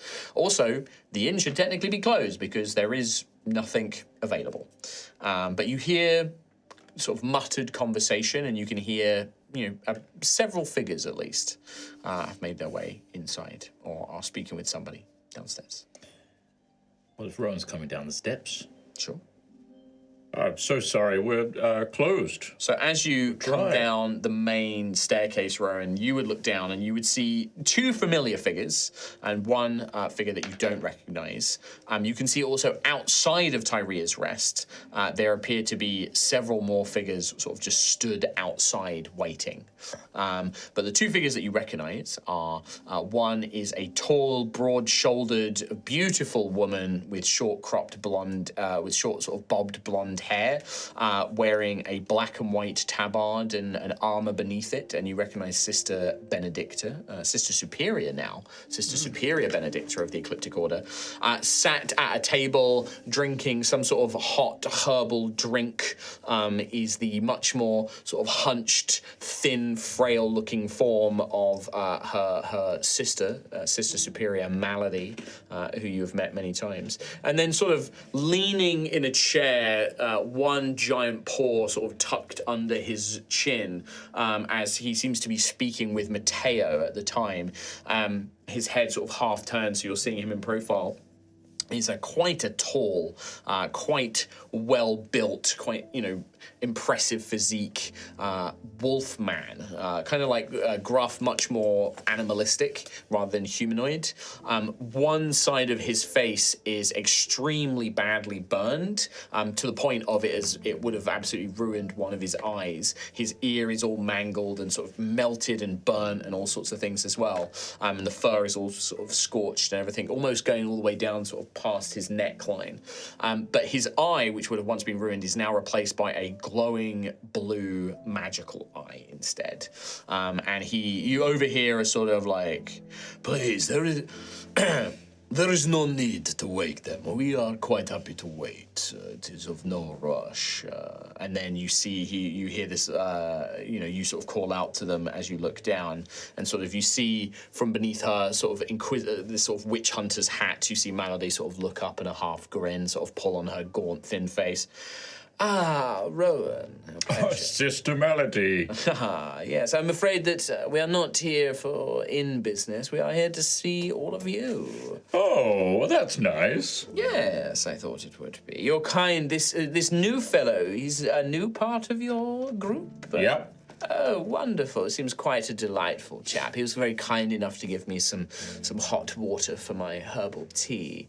A very charming fellow. You can see Matteo is looks actually quite scared. Like, he's looking at you, Rowan, and he sort of is like, I didn't know what to do.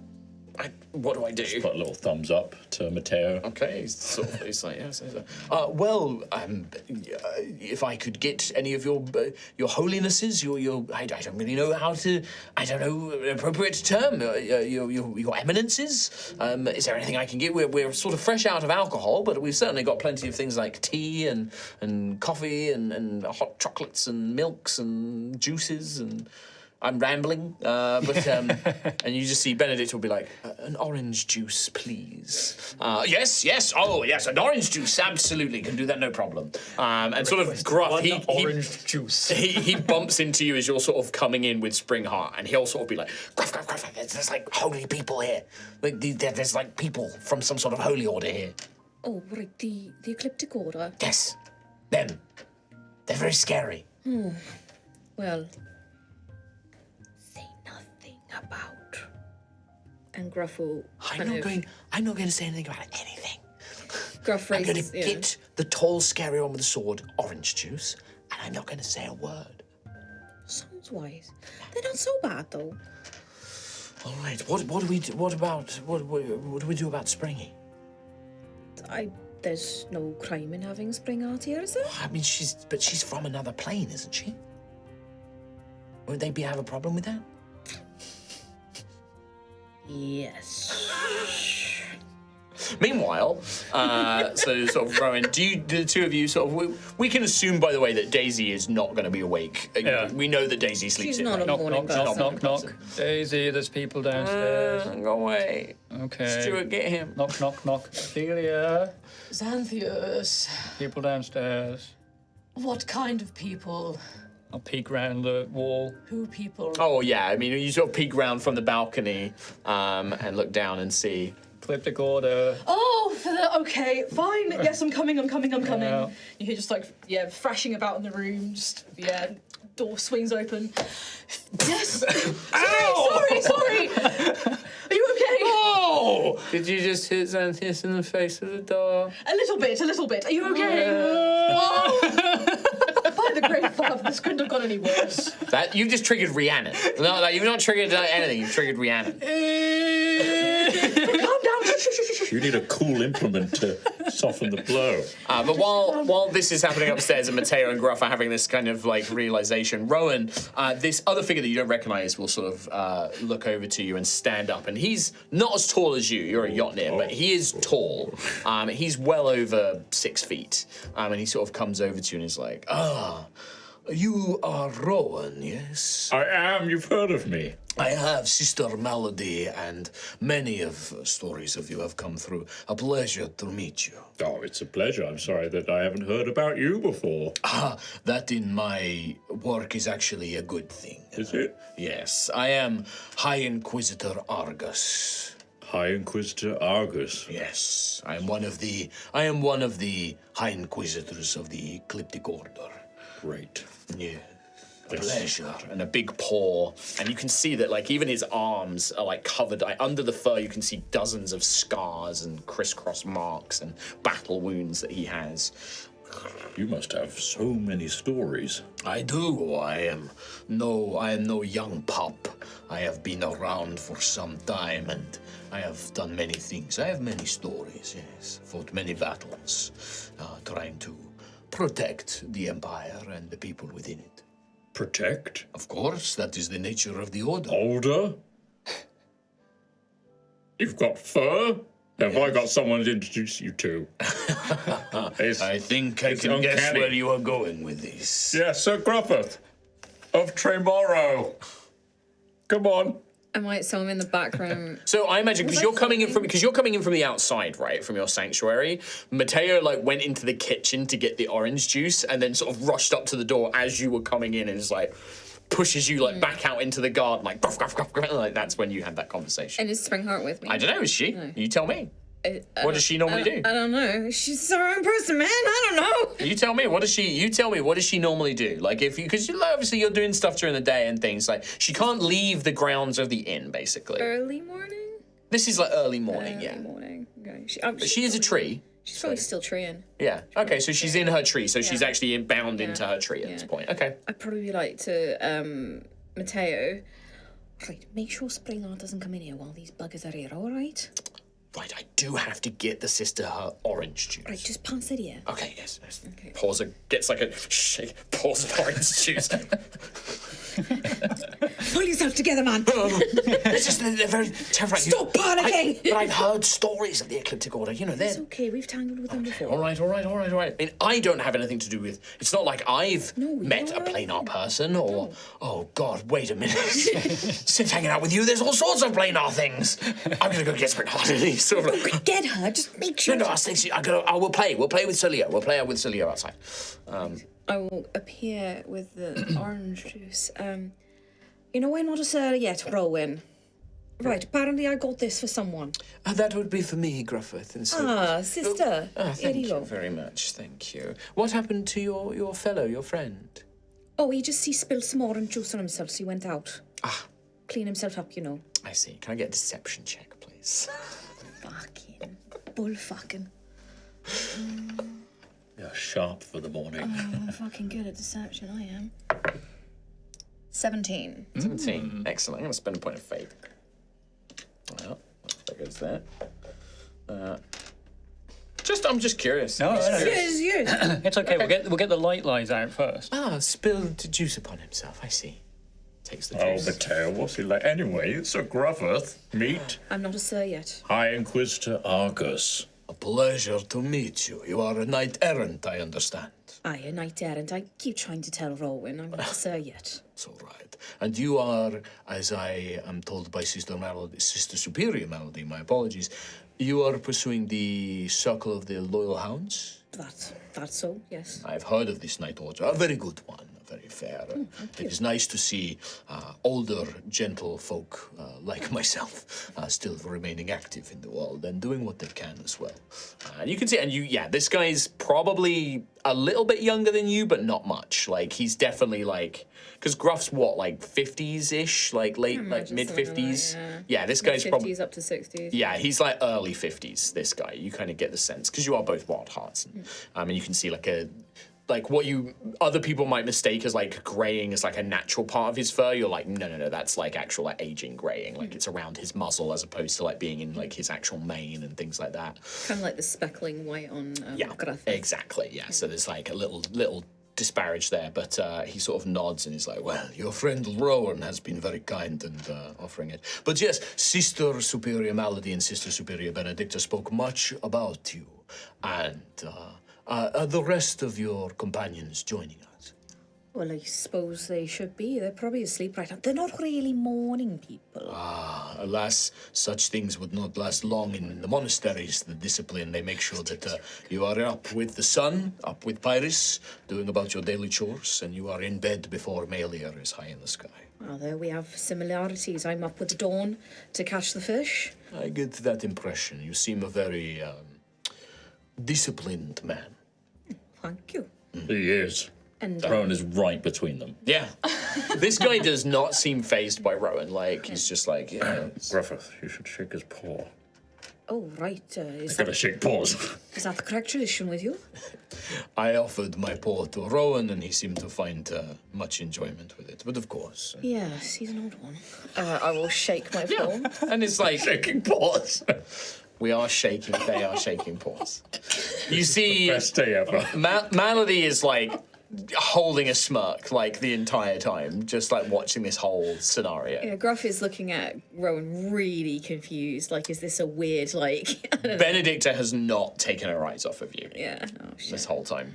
At this point, Zan and Ophelia you sort of finish. I'm telling Gruff, you hit me with a door. I didn't mean to hit you with the door. telling You you. stood right by the hinge. I'm telling. Wait, you we go hear down this? first. I'd rather you go I down don't know first. if this is actually canon or not. I can't tell if this is actually a I conversation led happening. over to Rhea and said, like, how deep do I want to go with this? That's good. Because I just love the idea that... They come bundling down the stairs like Or kids like Gruff fighting. has to go and get them. Like we all hear this downstairs, and like Gruff has to be. Excuse me a moment. Boom, boom, boom, boom.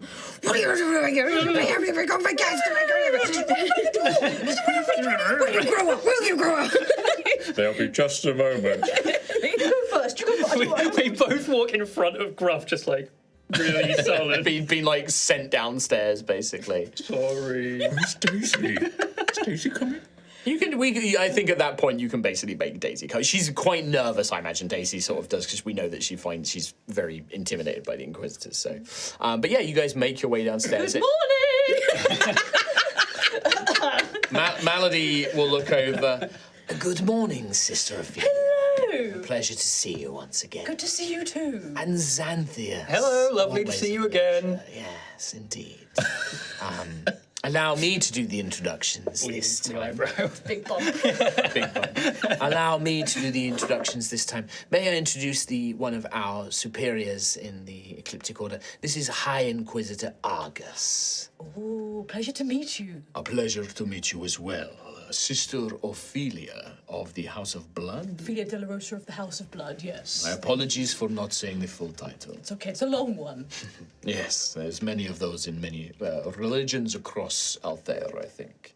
And you are Xanthius Oregon. Xanthius Oregon, yes. Yes, Has everyone else introduced themselves? I believe so. Would you like a drink? We have been offered. Oh, right. Mateo's on it. Right. Good. It's quite Mateo. right. Yes. He spilled orange juice on himself, apparently. Fool. What a clown! What a dumb idiot baby man. My head hurts. Daisy sort of maybe. Fucking police are here, man. They're not the police. Well, They're not whatever. The The police. feds. The fuzz. The rozzers. They're the Spanish, MI6. they're the Spanish Inquisition. Daisy sort of pokes her head around Gruff and is like, "Hello, I'm Daisy," and sort of introduces herself. Well, I wanted to come and speak with you myself personally. I understand that Sister Superior Malady and Sister Superior Benedicta would also like to come and see you once again. Benedicta does not want to be here. Like, Malady is quite happily being here. Benedicta, like, her glare at Gruff has now become a... Ophelia. Sister Benedicta. Just like a nod of, like, you. it's this kind of vibe, right? The lightning between the eyes. But the High Inquisitor will say, yes, I wanted to come. We have been called here, as I understand it. The crown steel was recovered from a crown foresight. 2 days? A day and some hours passed.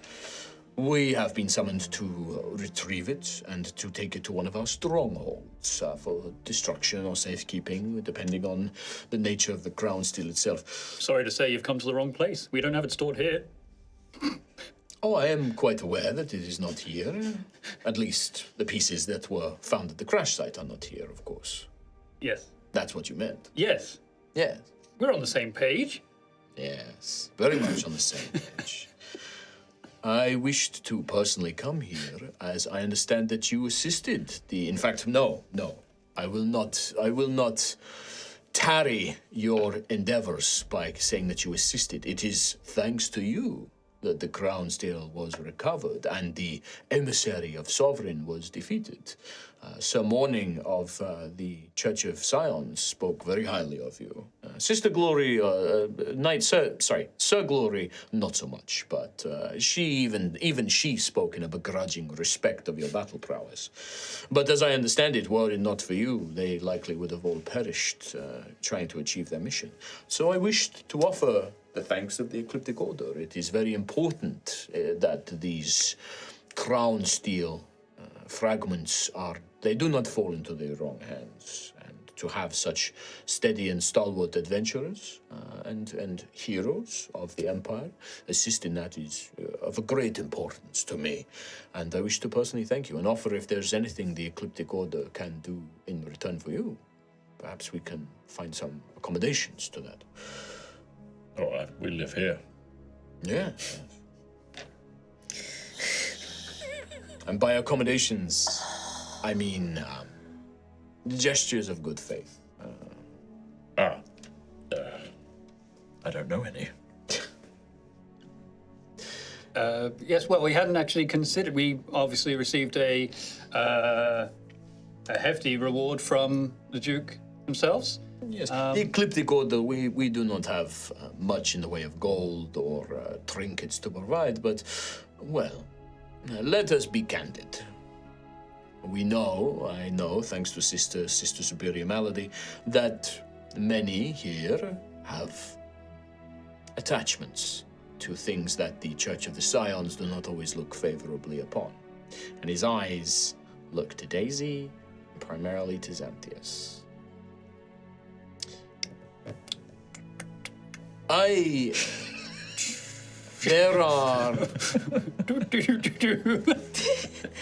There are many. It's the fridge, isn't it? Fucking fridge. You should see it. It's a masterpiece in progress. I'll wait till you guys are finished. Please carry on. There are many in the Ecliptic Order who take a very drastic view to the world and the teachings of the Church. Sister Superior Malady and I, we are very much of a similar mind, in some things. Not everyone who is touched by the planes is a heretic. They are not somebody who has chosen that pathway as a pathway to power and ambition. They do not use it to manipulate and trick others into schemes and dangers. They do not put the people of Ilmera at risk. You are not such people, are you, Xanthias? No. Silence, no. Daisy? No, I did not think so. And Sister Superior Malady does not think so. In fact, sometimes we encounter people who have attachments to the planes who are great allies and offer us great information and can be worked with to help prevent further problems. So the help that I am, the favor, the gesture that I am offering is perhaps not one of gold or treasure or Duke's favors, but of something else. Okay. As I understand it, Xanthias, you are the son of Lord Oreganus. Yes. How much do you know of your father? Very little, I'm afraid.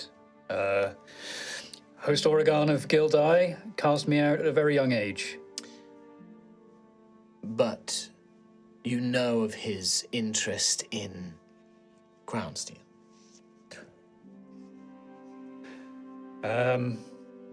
Yes, let me go recover something. I'm gonna go find that letter. Okay. It's not incriminating, is it? Not really, no, but yeah, I'll come back down.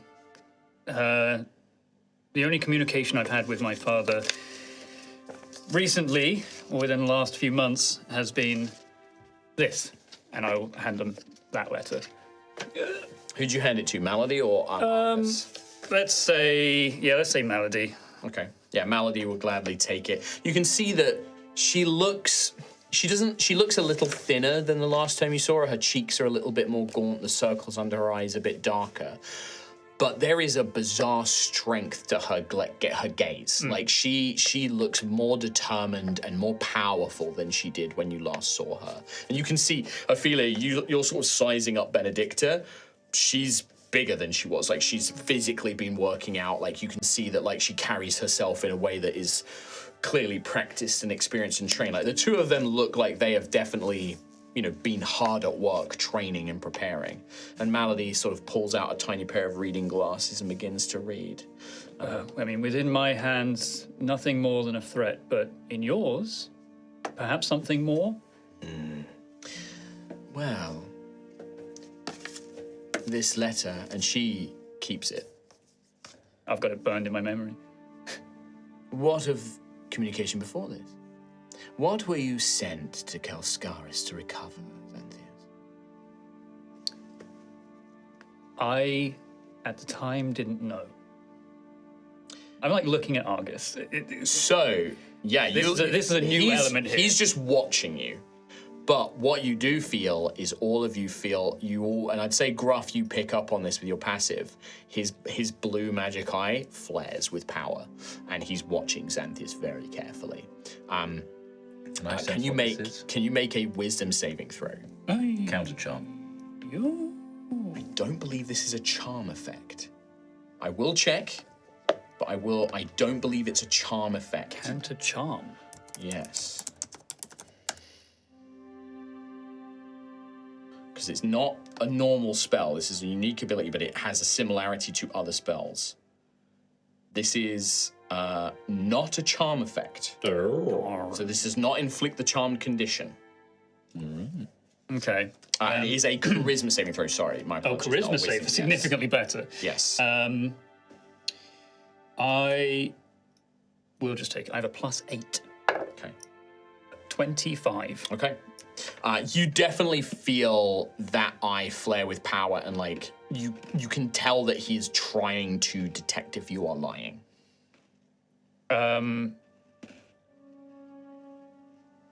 Malady and Benedicta, of course, I trust you, and I am thankful for all the work and effort and time you've put into helping all of us. Who is this man? I am High Inquisitor Argus of the Ecliptic Order. Sister Superior Malady and Sister Superior Benedicta serve under me. I am one of many other High Inquisitors that operate across the Empire. And I have worked with Sister Superior Malady for some time. And she knew that I have concerns about Lord Oreganus, and that I had concerns about many great things.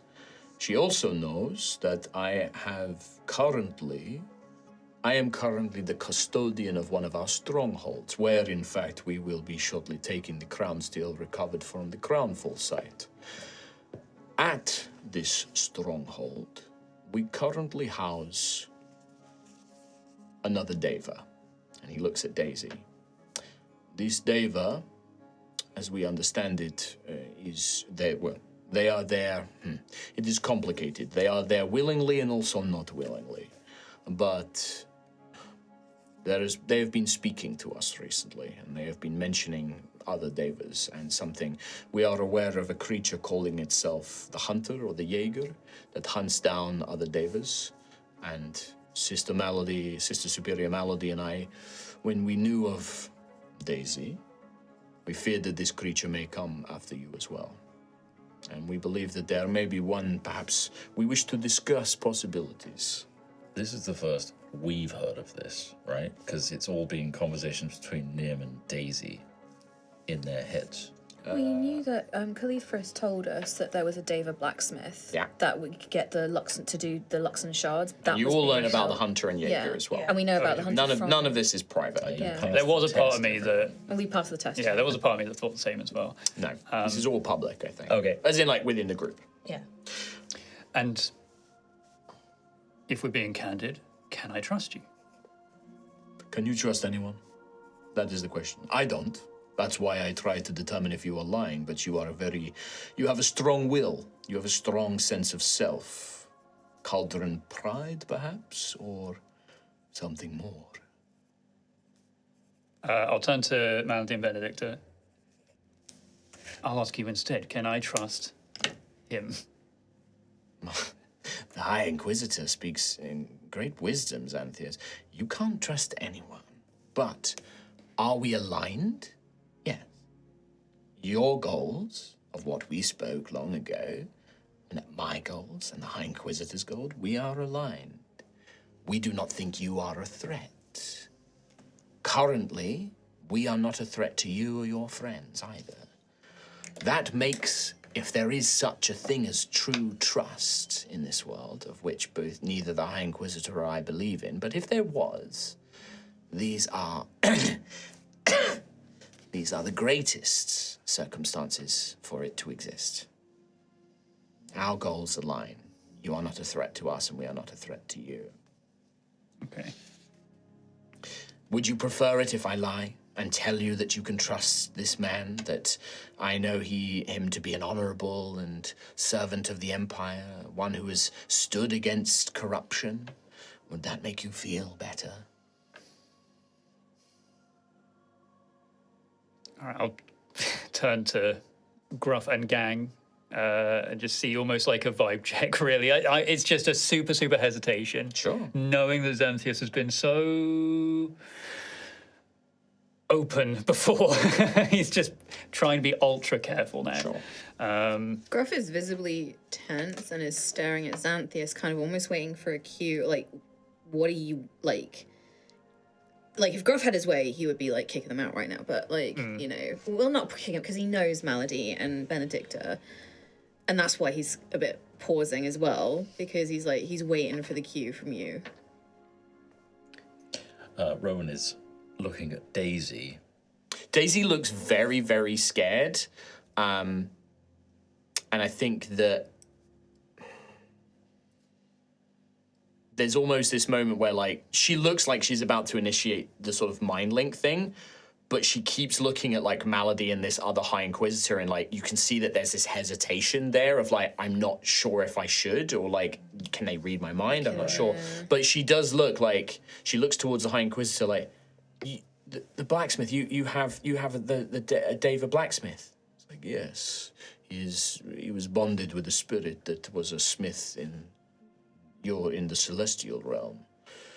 And you can see that has caught Daisy's interest. Like, that is clearly something that she wants to know more about. Yeah, I think Ophelia would be nodding to Xanthias, just like, you know, just go with it. Like, I think that we can trust them. Yeah. I think Rowan is, can't really communicate this as well, but we'll see Ophelia nodding and kind of just be like nodding as well. It's not an immediate, just like, do not say a thing then. Yeah. Yeah. Okay. When, as I shared the story with Melody and Benedicta, when I was sent to Kelskaris, I didn't know what I was sent to retrieve. Simply a package of some kind. I didn't know the kinds of people I'd be interacting with. I didn't know anything more than a simple location. Had I have known what I was to find there, I wouldn't have begun the journey to begin with. So, no, I didn't know what I was going for, what I was chasing after. Now I do. Your father has been somebody I've been keeping my eye on for some time. Alas, even this letter, even in my hands, Origanis is very difficult to touch. It would require too much than what we have right now. But I wish to. You seem rather dismissive of your father. You do not seem to care for him much. He has not been a kind man to me. Would you have any guilt or regret in being a part of bringing him down? I would like to be there with you when it happens. I would like for us to make this happen, Xanthius Oregon. The Ecliptic Order, it is not just us. I have an old friend who once served this empire, protecting it from enemies beyond and enemies within. We need to formulate a plan. I think that your father is a great risk to this empire, and I think you will need to be a big part of that plan.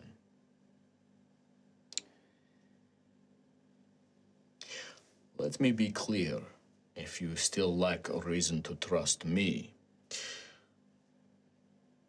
I was once corrupted by the same metal that has corrupted you.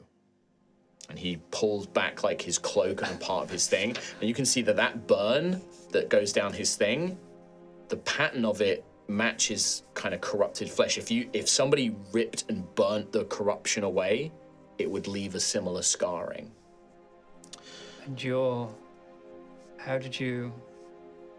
Painfully. It required powerful healing magic. It required... I ripped it off myself and burnt it away. I was not so far gone. My corruption was in its early stages. You see, long, long ago, I once served a draconic lord who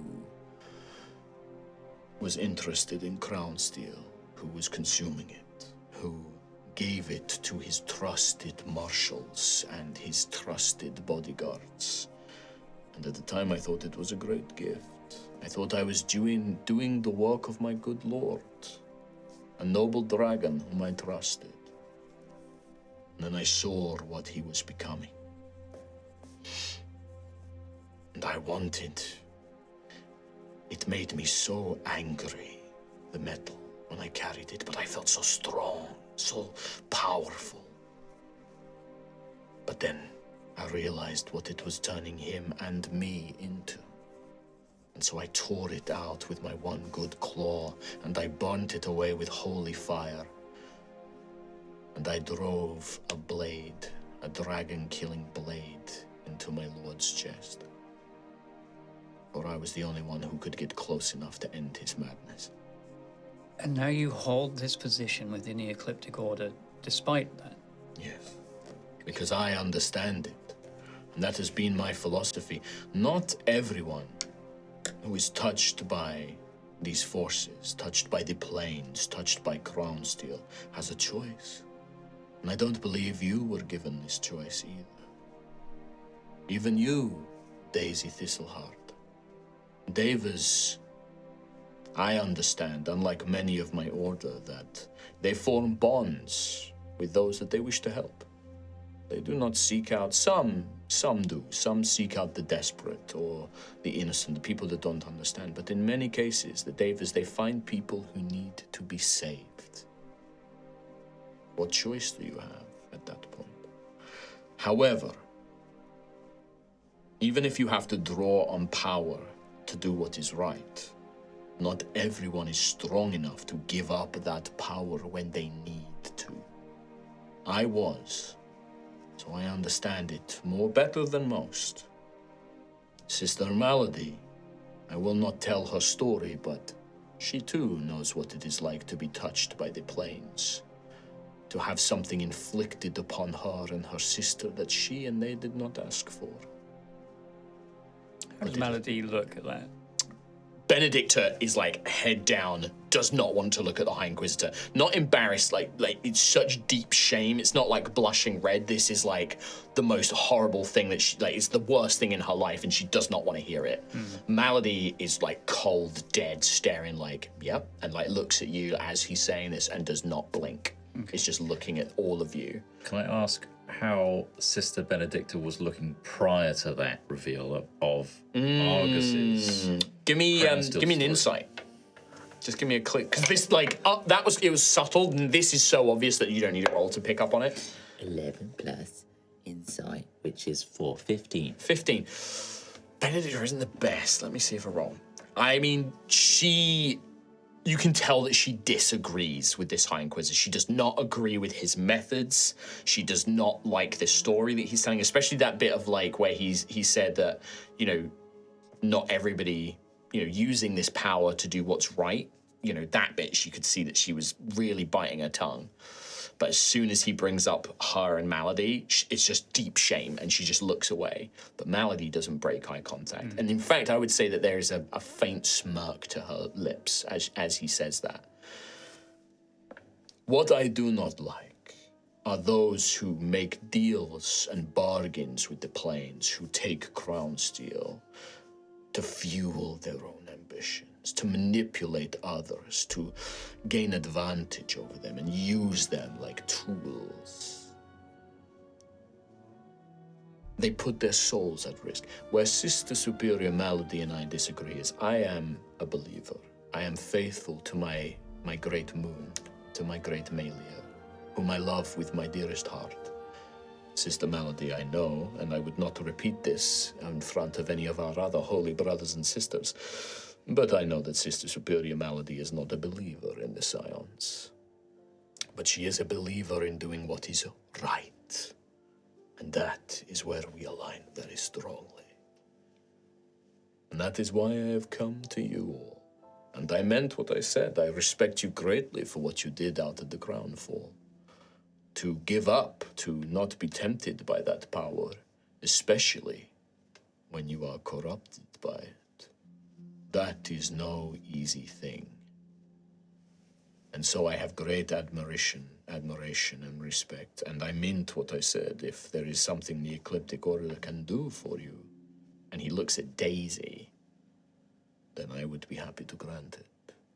I see us as allies. And even you, Sister Ophelia, I understand that you have been given the rare permission to preach in this town. I have.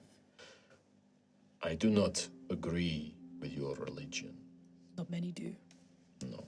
We have been taught very differently, and your grave father is one that I do not personally trust. But I admire you for standing beside these proud and loyal members of the Dragon Empire.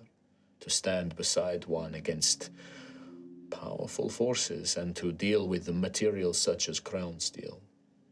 I may not understand or like your faith, but I respect you as a person. Thank you. That means a lot, actually. And again, I think that there can be a great alliance. I know that not everything within Osseous, that there are many internal squabbles and internal fights, and there are those who come to Ilmera with less good intentions.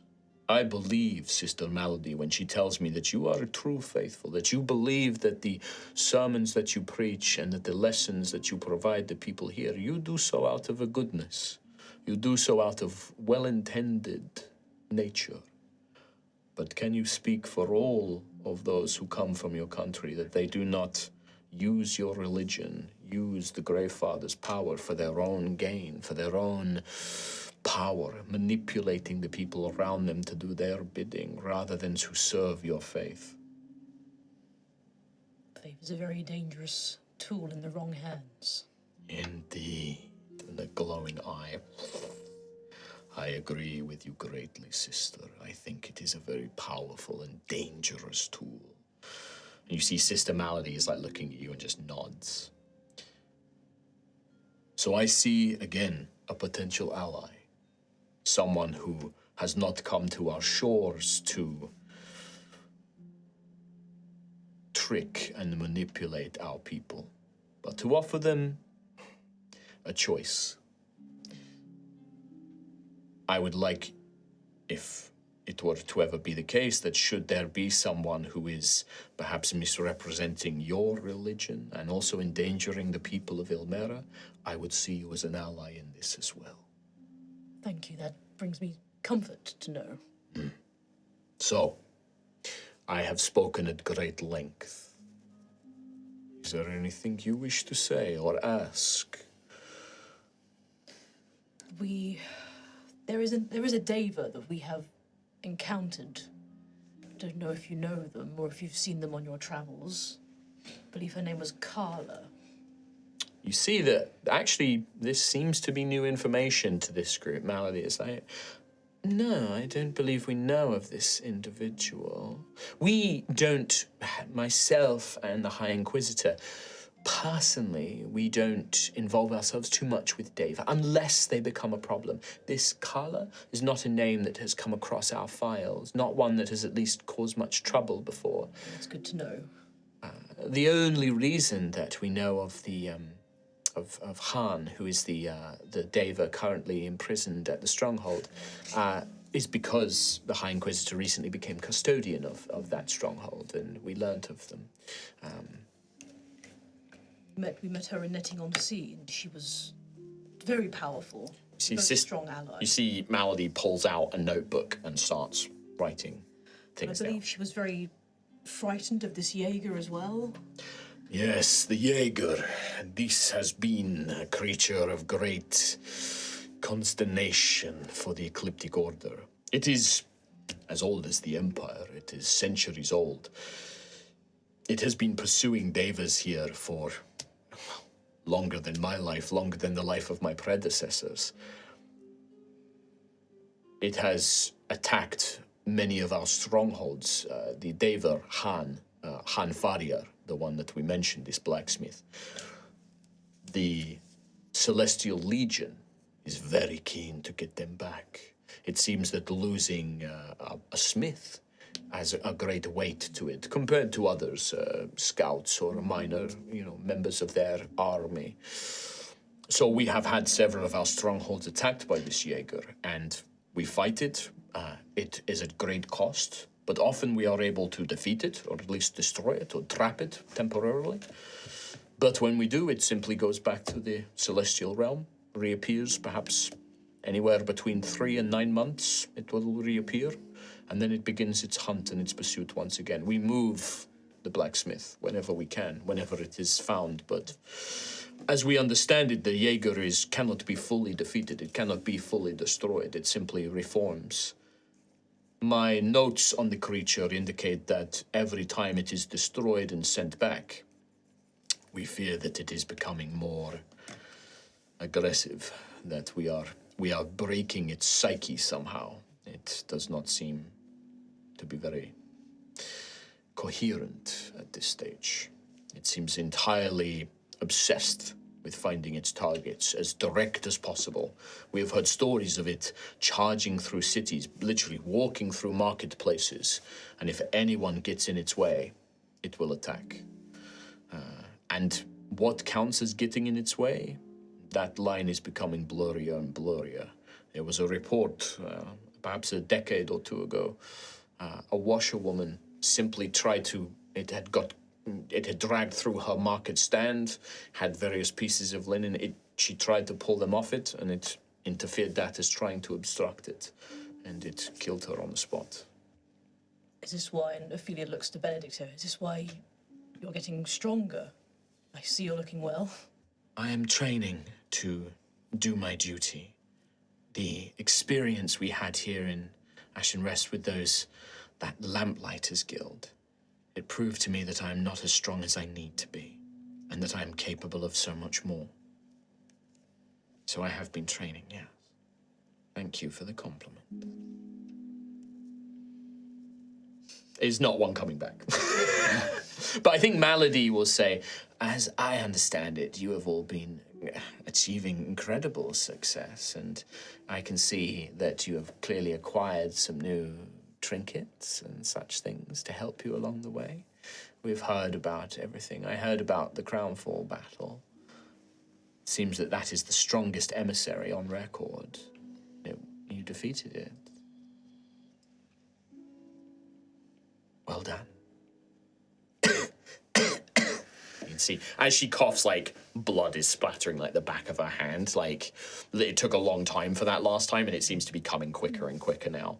But all of you can definitely tell there's almost an aura of power around Malady. You can all tell that, like, physically she's weaker, magically she is vastly stronger than she once was. Significantly. The letter that Xanthias gave. Yeah, the one that Malady has put into her pocket. That's the one that does mention in it that a sibling is coming, right? Yes, it does, yeah. I wonder if perhaps we could align in some of our interests in the protection of Xanthias. Perhaps part of the plot to go after his father. Well, there's this sibling that's coming after him. Yes, a very interesting read.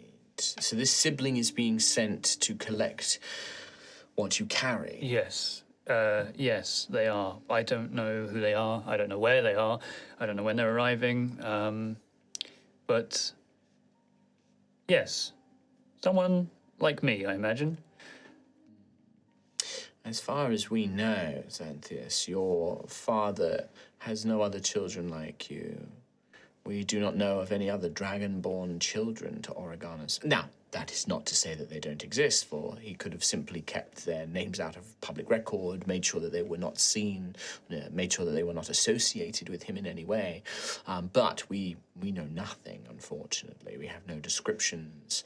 Your father is exceptionally canny when it comes to matters like this. Frankly, this letter, this is so out of character from what the High Inquisitor and I believe to be the case. Obviously, there is no name. If it were not you handing it to me, it means nothing. It means very little. But even this is so out of character. Was I in public record? Only because your mother registered you as a child, and there were corrected records. You were initially named when you were born, and when you, I believe, moved to Rust End. When I went back to Kelskaris, I began procuring census data and such. You were initially recorded as Xanthias Oregon, but that report was lost somehow in the census, and instead just Xanthias was replaced. It was replaced by. I managed to track down the original. It seems that a clerk in the Kelskaris Office of Census Data had been paid by an independent organization to ensure that files related to you were altered.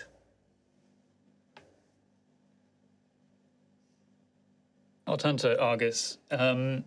A sort of gesture to, I guess, what is now covered up, the crown steel thing. Can you still feel its pull? It has been decades since I was afflicted. but can you feel the strength? Does it tempt you? No. I've molded my will. That is the greatest thing is, I learned that day when I made the decision that I would not be a tool of my lord anymore, when I ripped the crown steel from my body, I needed a will to be made of iron. And I have trained every day. I joined the monks of the Church of Sion. I beat myself with flagellation until I shaped my will into a rod that could not be bent nor broken. But even then, in those first 10 years, I could feel it in my throat and in my gut.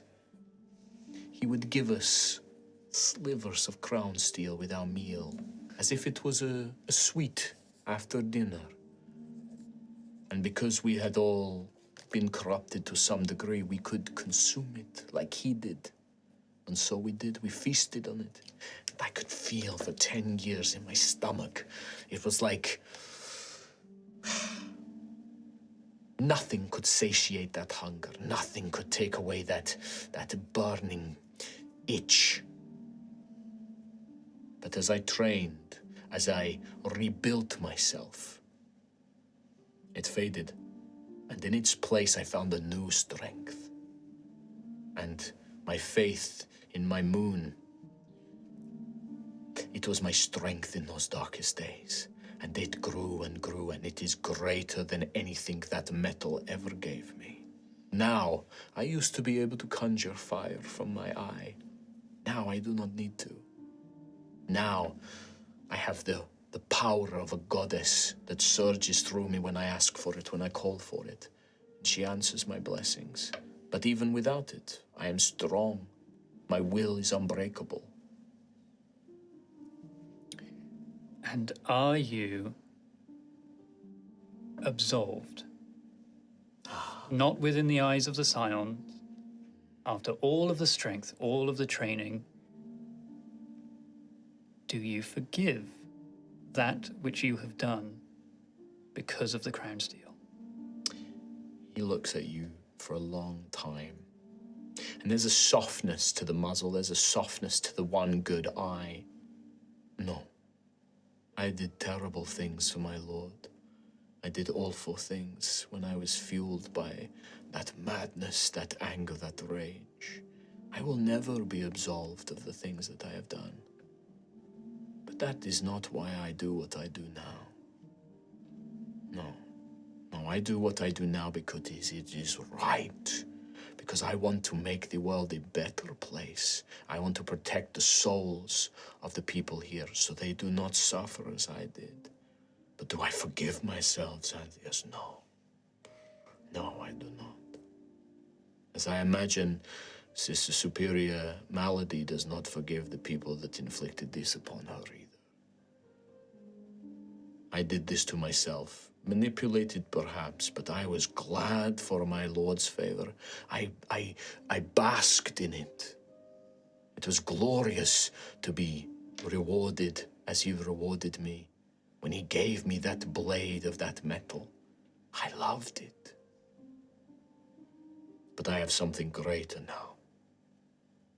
So believe me, I understand much of what the people that others in our order, they see only heretics. They see only the corrupted, the mutated, that they are beyond saving.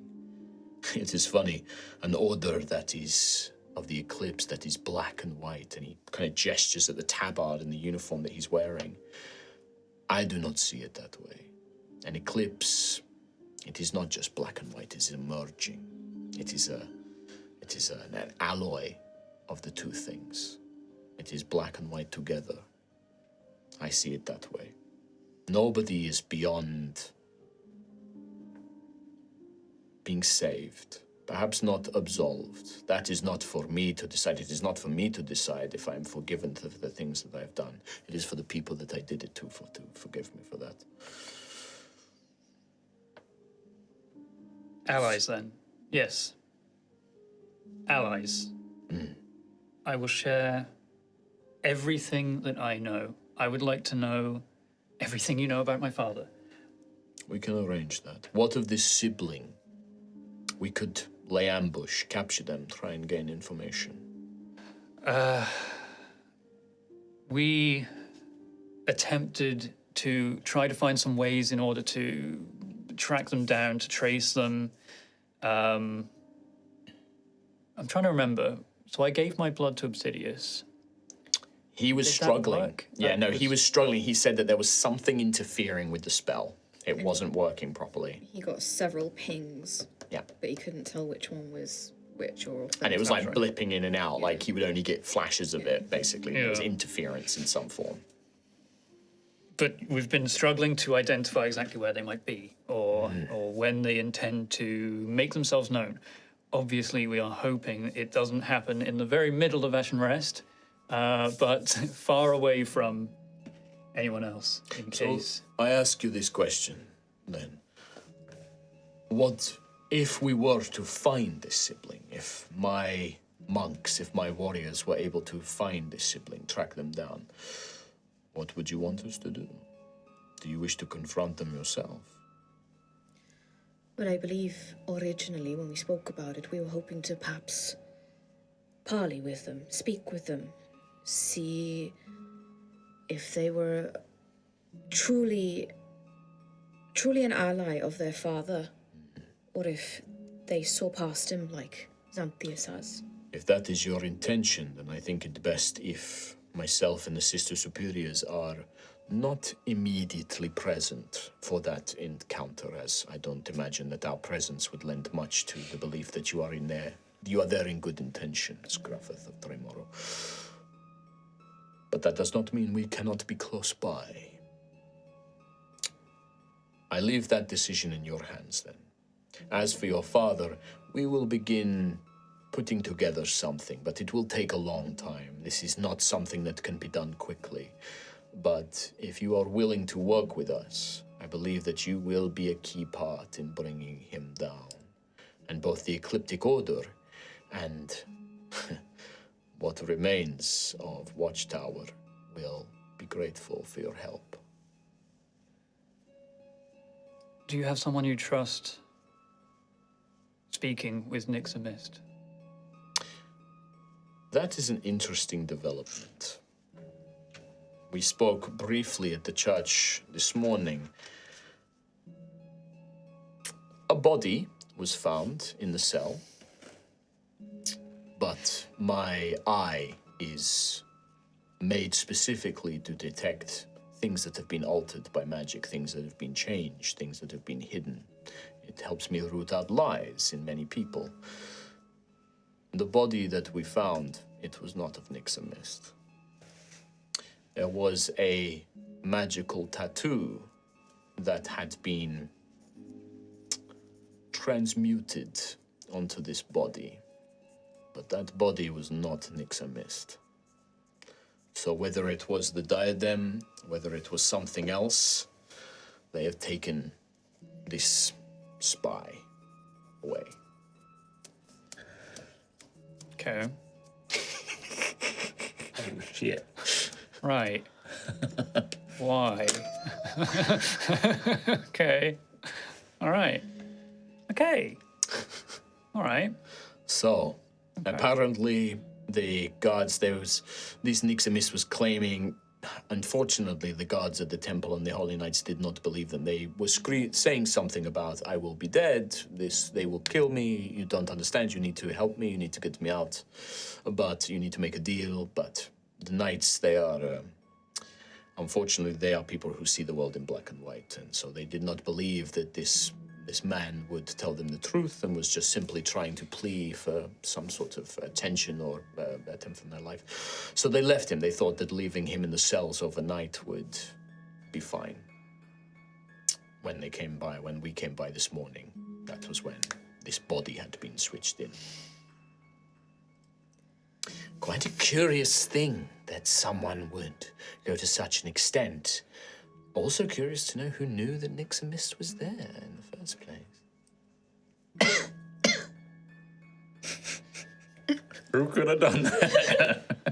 Who would have the power to transmute a tattoo and get them out? And Rona's not saying any of this. Yeah, no, I know you're not. He's not comprehending it. No. Why is the body though?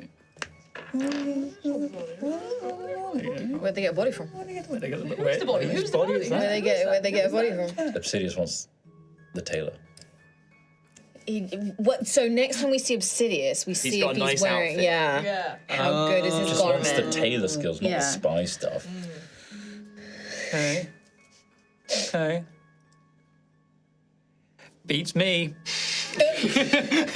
Gosh. Who is this Nixon miss? I'm not even going to have roles here because I think it's very much implied that Mallory has her suspicions anyway, and think does the fact- not need to know. I think the fact that all of us are just silently Just stood silently there, like looking at each other like really tense. Like, Yeah. yeah, I think that speaks volumes. Yeah.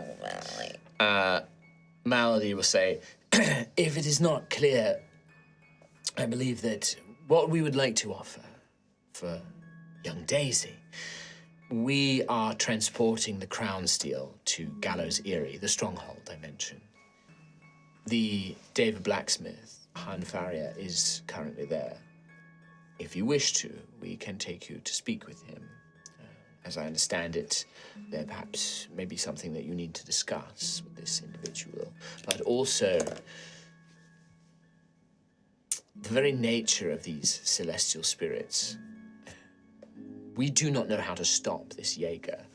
The celestial spirit that inhabits Han is uncooperative.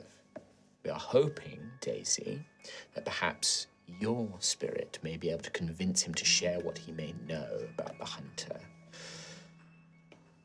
Han, the man, is very cooperative. In fact, he surrendered himself to us in exchange for protections and relocation of his family.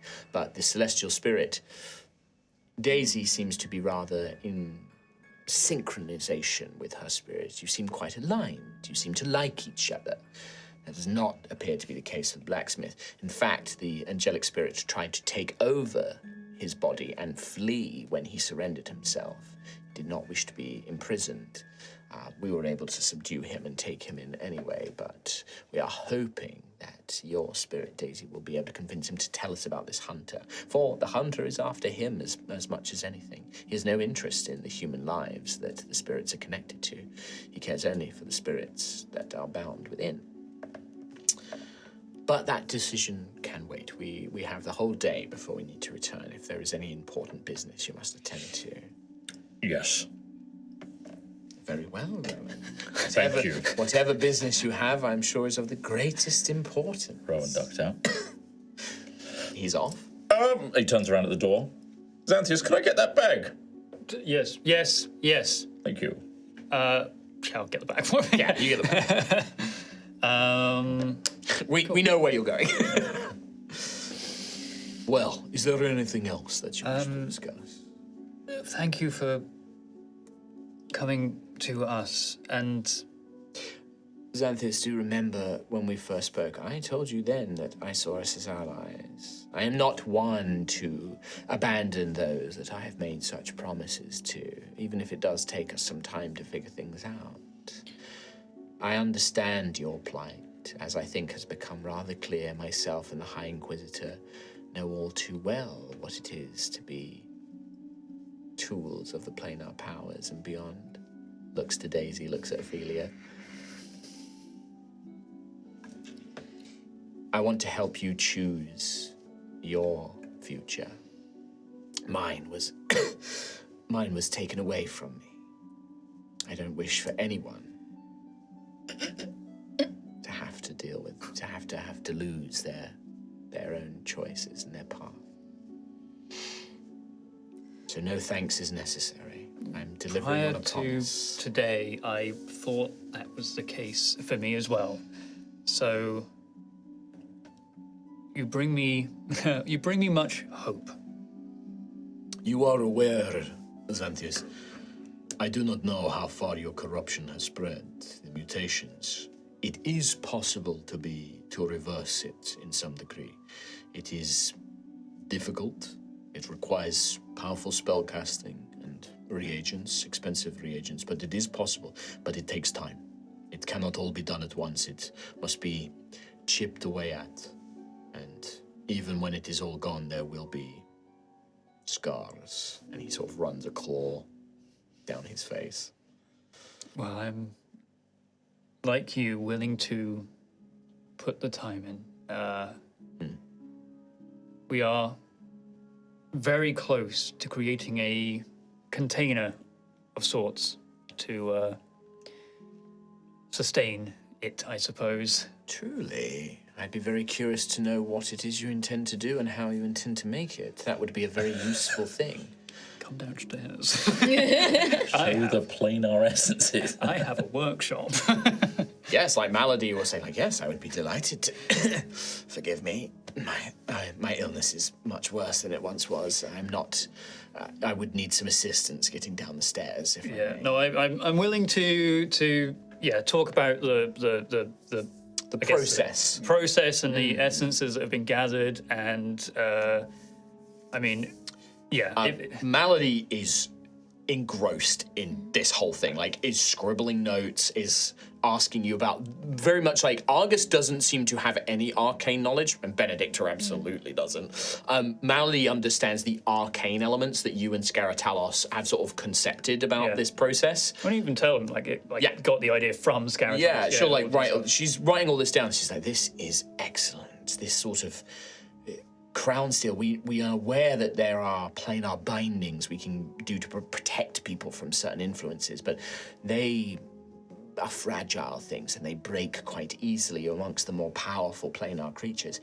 If something like this can keep out influence of a divine power, perhaps there could be other uses for it. We could use this against almost any planar creature with the right amount of essence, the right conjunction of runes. Yes.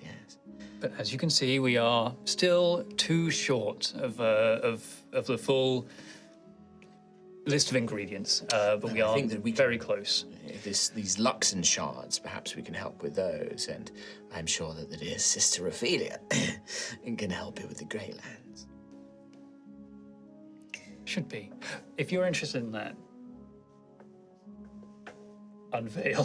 Fridge. Take a look at this I'm working on. I know it looks like a wooden box with a cold rose on the inside right now, but I can see the vision. In a few days. I'm not quite sure of the practical uses, but... Imagine you buy some food, but you want it in a month. It would save the coppers, I suppose. More than that, I'm afraid. It'd save a lot of gold. Perhaps. Yeah, go for it. While Xanthius is showing off, Yeah. perhaps with Benedicta and Malady, can Gruff kind of like take Hindwood to Argus aside? Yes. Yes, Knight Errant. I just wonder if perhaps I feel like our ethics align. I wonder if the Ecliptic Order has something along the concept of sanctuary or perhaps asylum. Yes, of course. It is obviously very different, and many of the different members of the Order, to some it not. If you are asking me, Knight Errant, yes, I believe in such a thing. I wonder perhaps if I could start the process of sanctuary for someone. You intrigue me. This is not information that I possessed. We believe Sister Superior Melody, and I have gone over many of your associations. But whom do you speak? I know you said I should trust nobody, but I believe I can trust you on this, because it is the right thing to do. Perhaps you would like a walk in the garden with me. Very well, yes. I always enjoy a walk outside. As we'll go outside.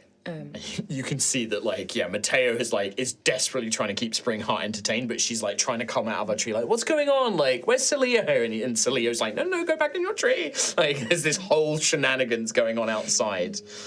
And you see the Inquisitor's yes, a dryad from the Feywield. Yes. She was left there and would have died in cruel circumstances. When you speak of sanctuary and asylum, are you asking us to take this being in ourselves? We could do. It's possible. She is quite content here. But I just ask perhaps if there is some way to keep her from bother. I will do what I can. As I said, there are others of my order, the other High Inquisitors, in fact. They would see this child as a threat. What I will do is I will draft up documentation with my seal that says that she is protected, that she is forgive the term, we will make her an asset of the Ecliptic Order. That should ensure that she cannot come to any harm. But I cannot make promises, Griffith. My order is, we are secretive even to each other. We keep secrets to ourselves and we protect secrets of others. It is a difficult thing. But I will do what I can. Clearly, again, you heard of what I said. Not everyone who is touched by the planes, or even those who come from them, is trying to do harm.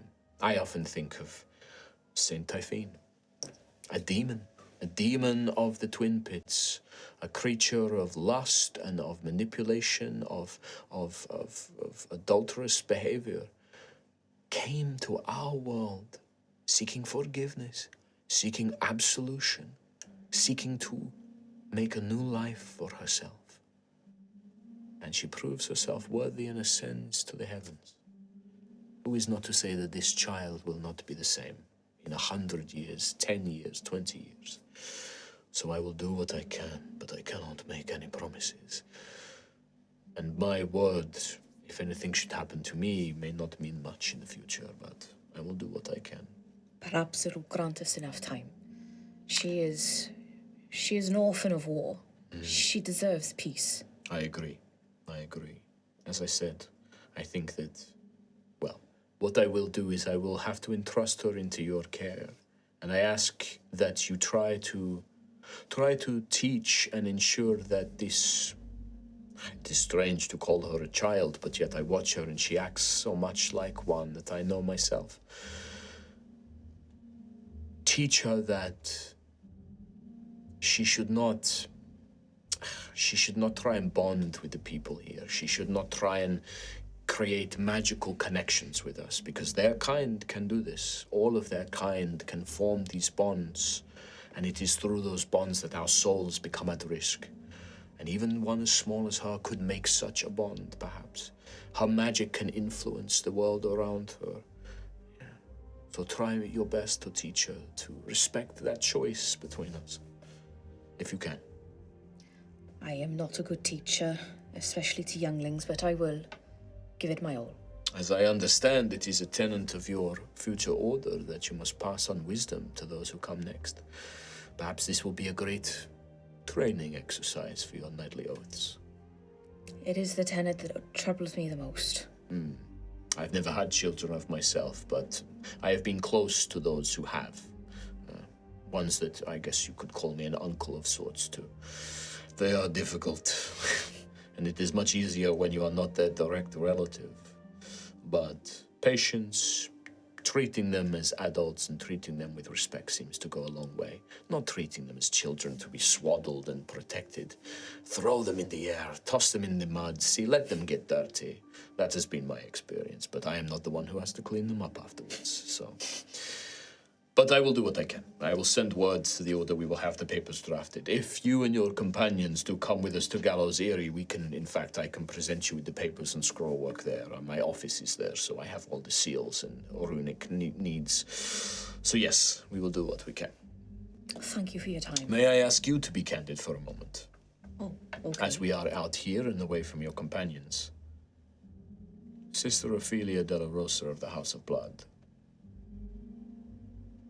Is what I said inside true? Does she really have good intentions? Is she really here just to offer people a choice? I truly believe that Sister Ophelia de la Rosa is here with the purest intentions. However, I do believe she is starting to question those intentions. The eyebrow, the one good eyebrow goes up. Truly. Why so? Perhaps seeing things here, seeing things that we have seen, has perhaps opened her eyes a little bit to how it is across the ocean. I cannot say where her path ends or where her path will lead her. That is something for her to walk on her own. Indeed. But I hope I have been counsel to her. And she is surrounded by good people. And after all, I think at the end of that, you have to let them walk alone and hope they make the right decisions. True. Guidance on the path, but they must walk that path themselves. He puts a hand on his shoulder. May I ask that you continue to give that good counsel? Are you a man of faith, Gruffith? I am. Continue to be that source of good faith to Sister Ophelia, to be a source of comfort and to provide that wisdom.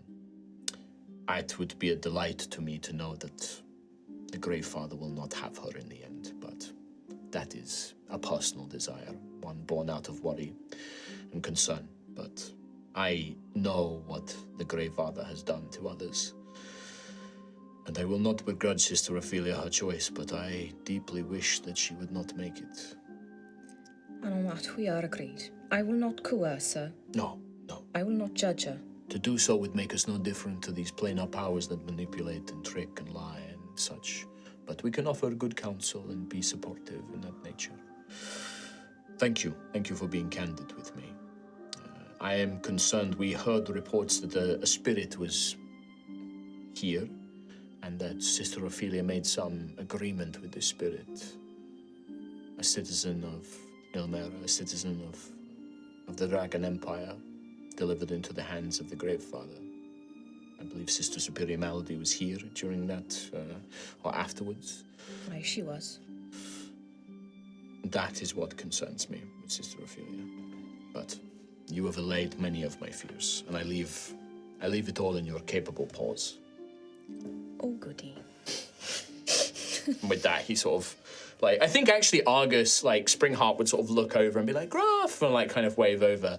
And as she sort of bounds over, she sort of looks at this strange wolf man and is just like, hello, wolf man, and stuff like that. It kind of just doesn't seem to know him. He's like, hello there, little one, are you well? And sort of has like a little brief discussion. He's very sort of like unclish with her and like doesn't engage with her, but is just like, oh, you have seemed good friends and a good home. Yes, I'm a friend of Gruffith's. You can call me Argus. And she's like, oh, hello, Argus. But it just sort of has like a little back and forth. But I think with that, we will bring today's episode to a close. I think that's a nice little scene of Gruff and Argus having that little conversation. Nice. Perhaps like we almost see the cinematic thing of them talking as he puts the hand on Gruff's kind of shoulder. We see that inside Ophelia is sort of with Benedicta and the others, and we sort of get that sort of shot of like Ophelia in the background. But yeah, I think that's where we'll call it for this week's episode, because then we can get Katie back and then we can pursue some of the That was the main thing. I didn't want to say, like, we are going to go after this. Well, I want also Katie to have an opportunity to ask questions and talk to them about it and stuff as well. But no, what unfortunately. a great character. I like him. He's cool. Perfect. Thank you very much. Well, with that, we will bring today's episode of High Rollers to an end. Don't forget, the Altheya Kickstarter is live right now. You can go get all those cool stretch goals, and everything else. And we will see you next time. Take care, everybody. Nice. Bye-bye. Bye.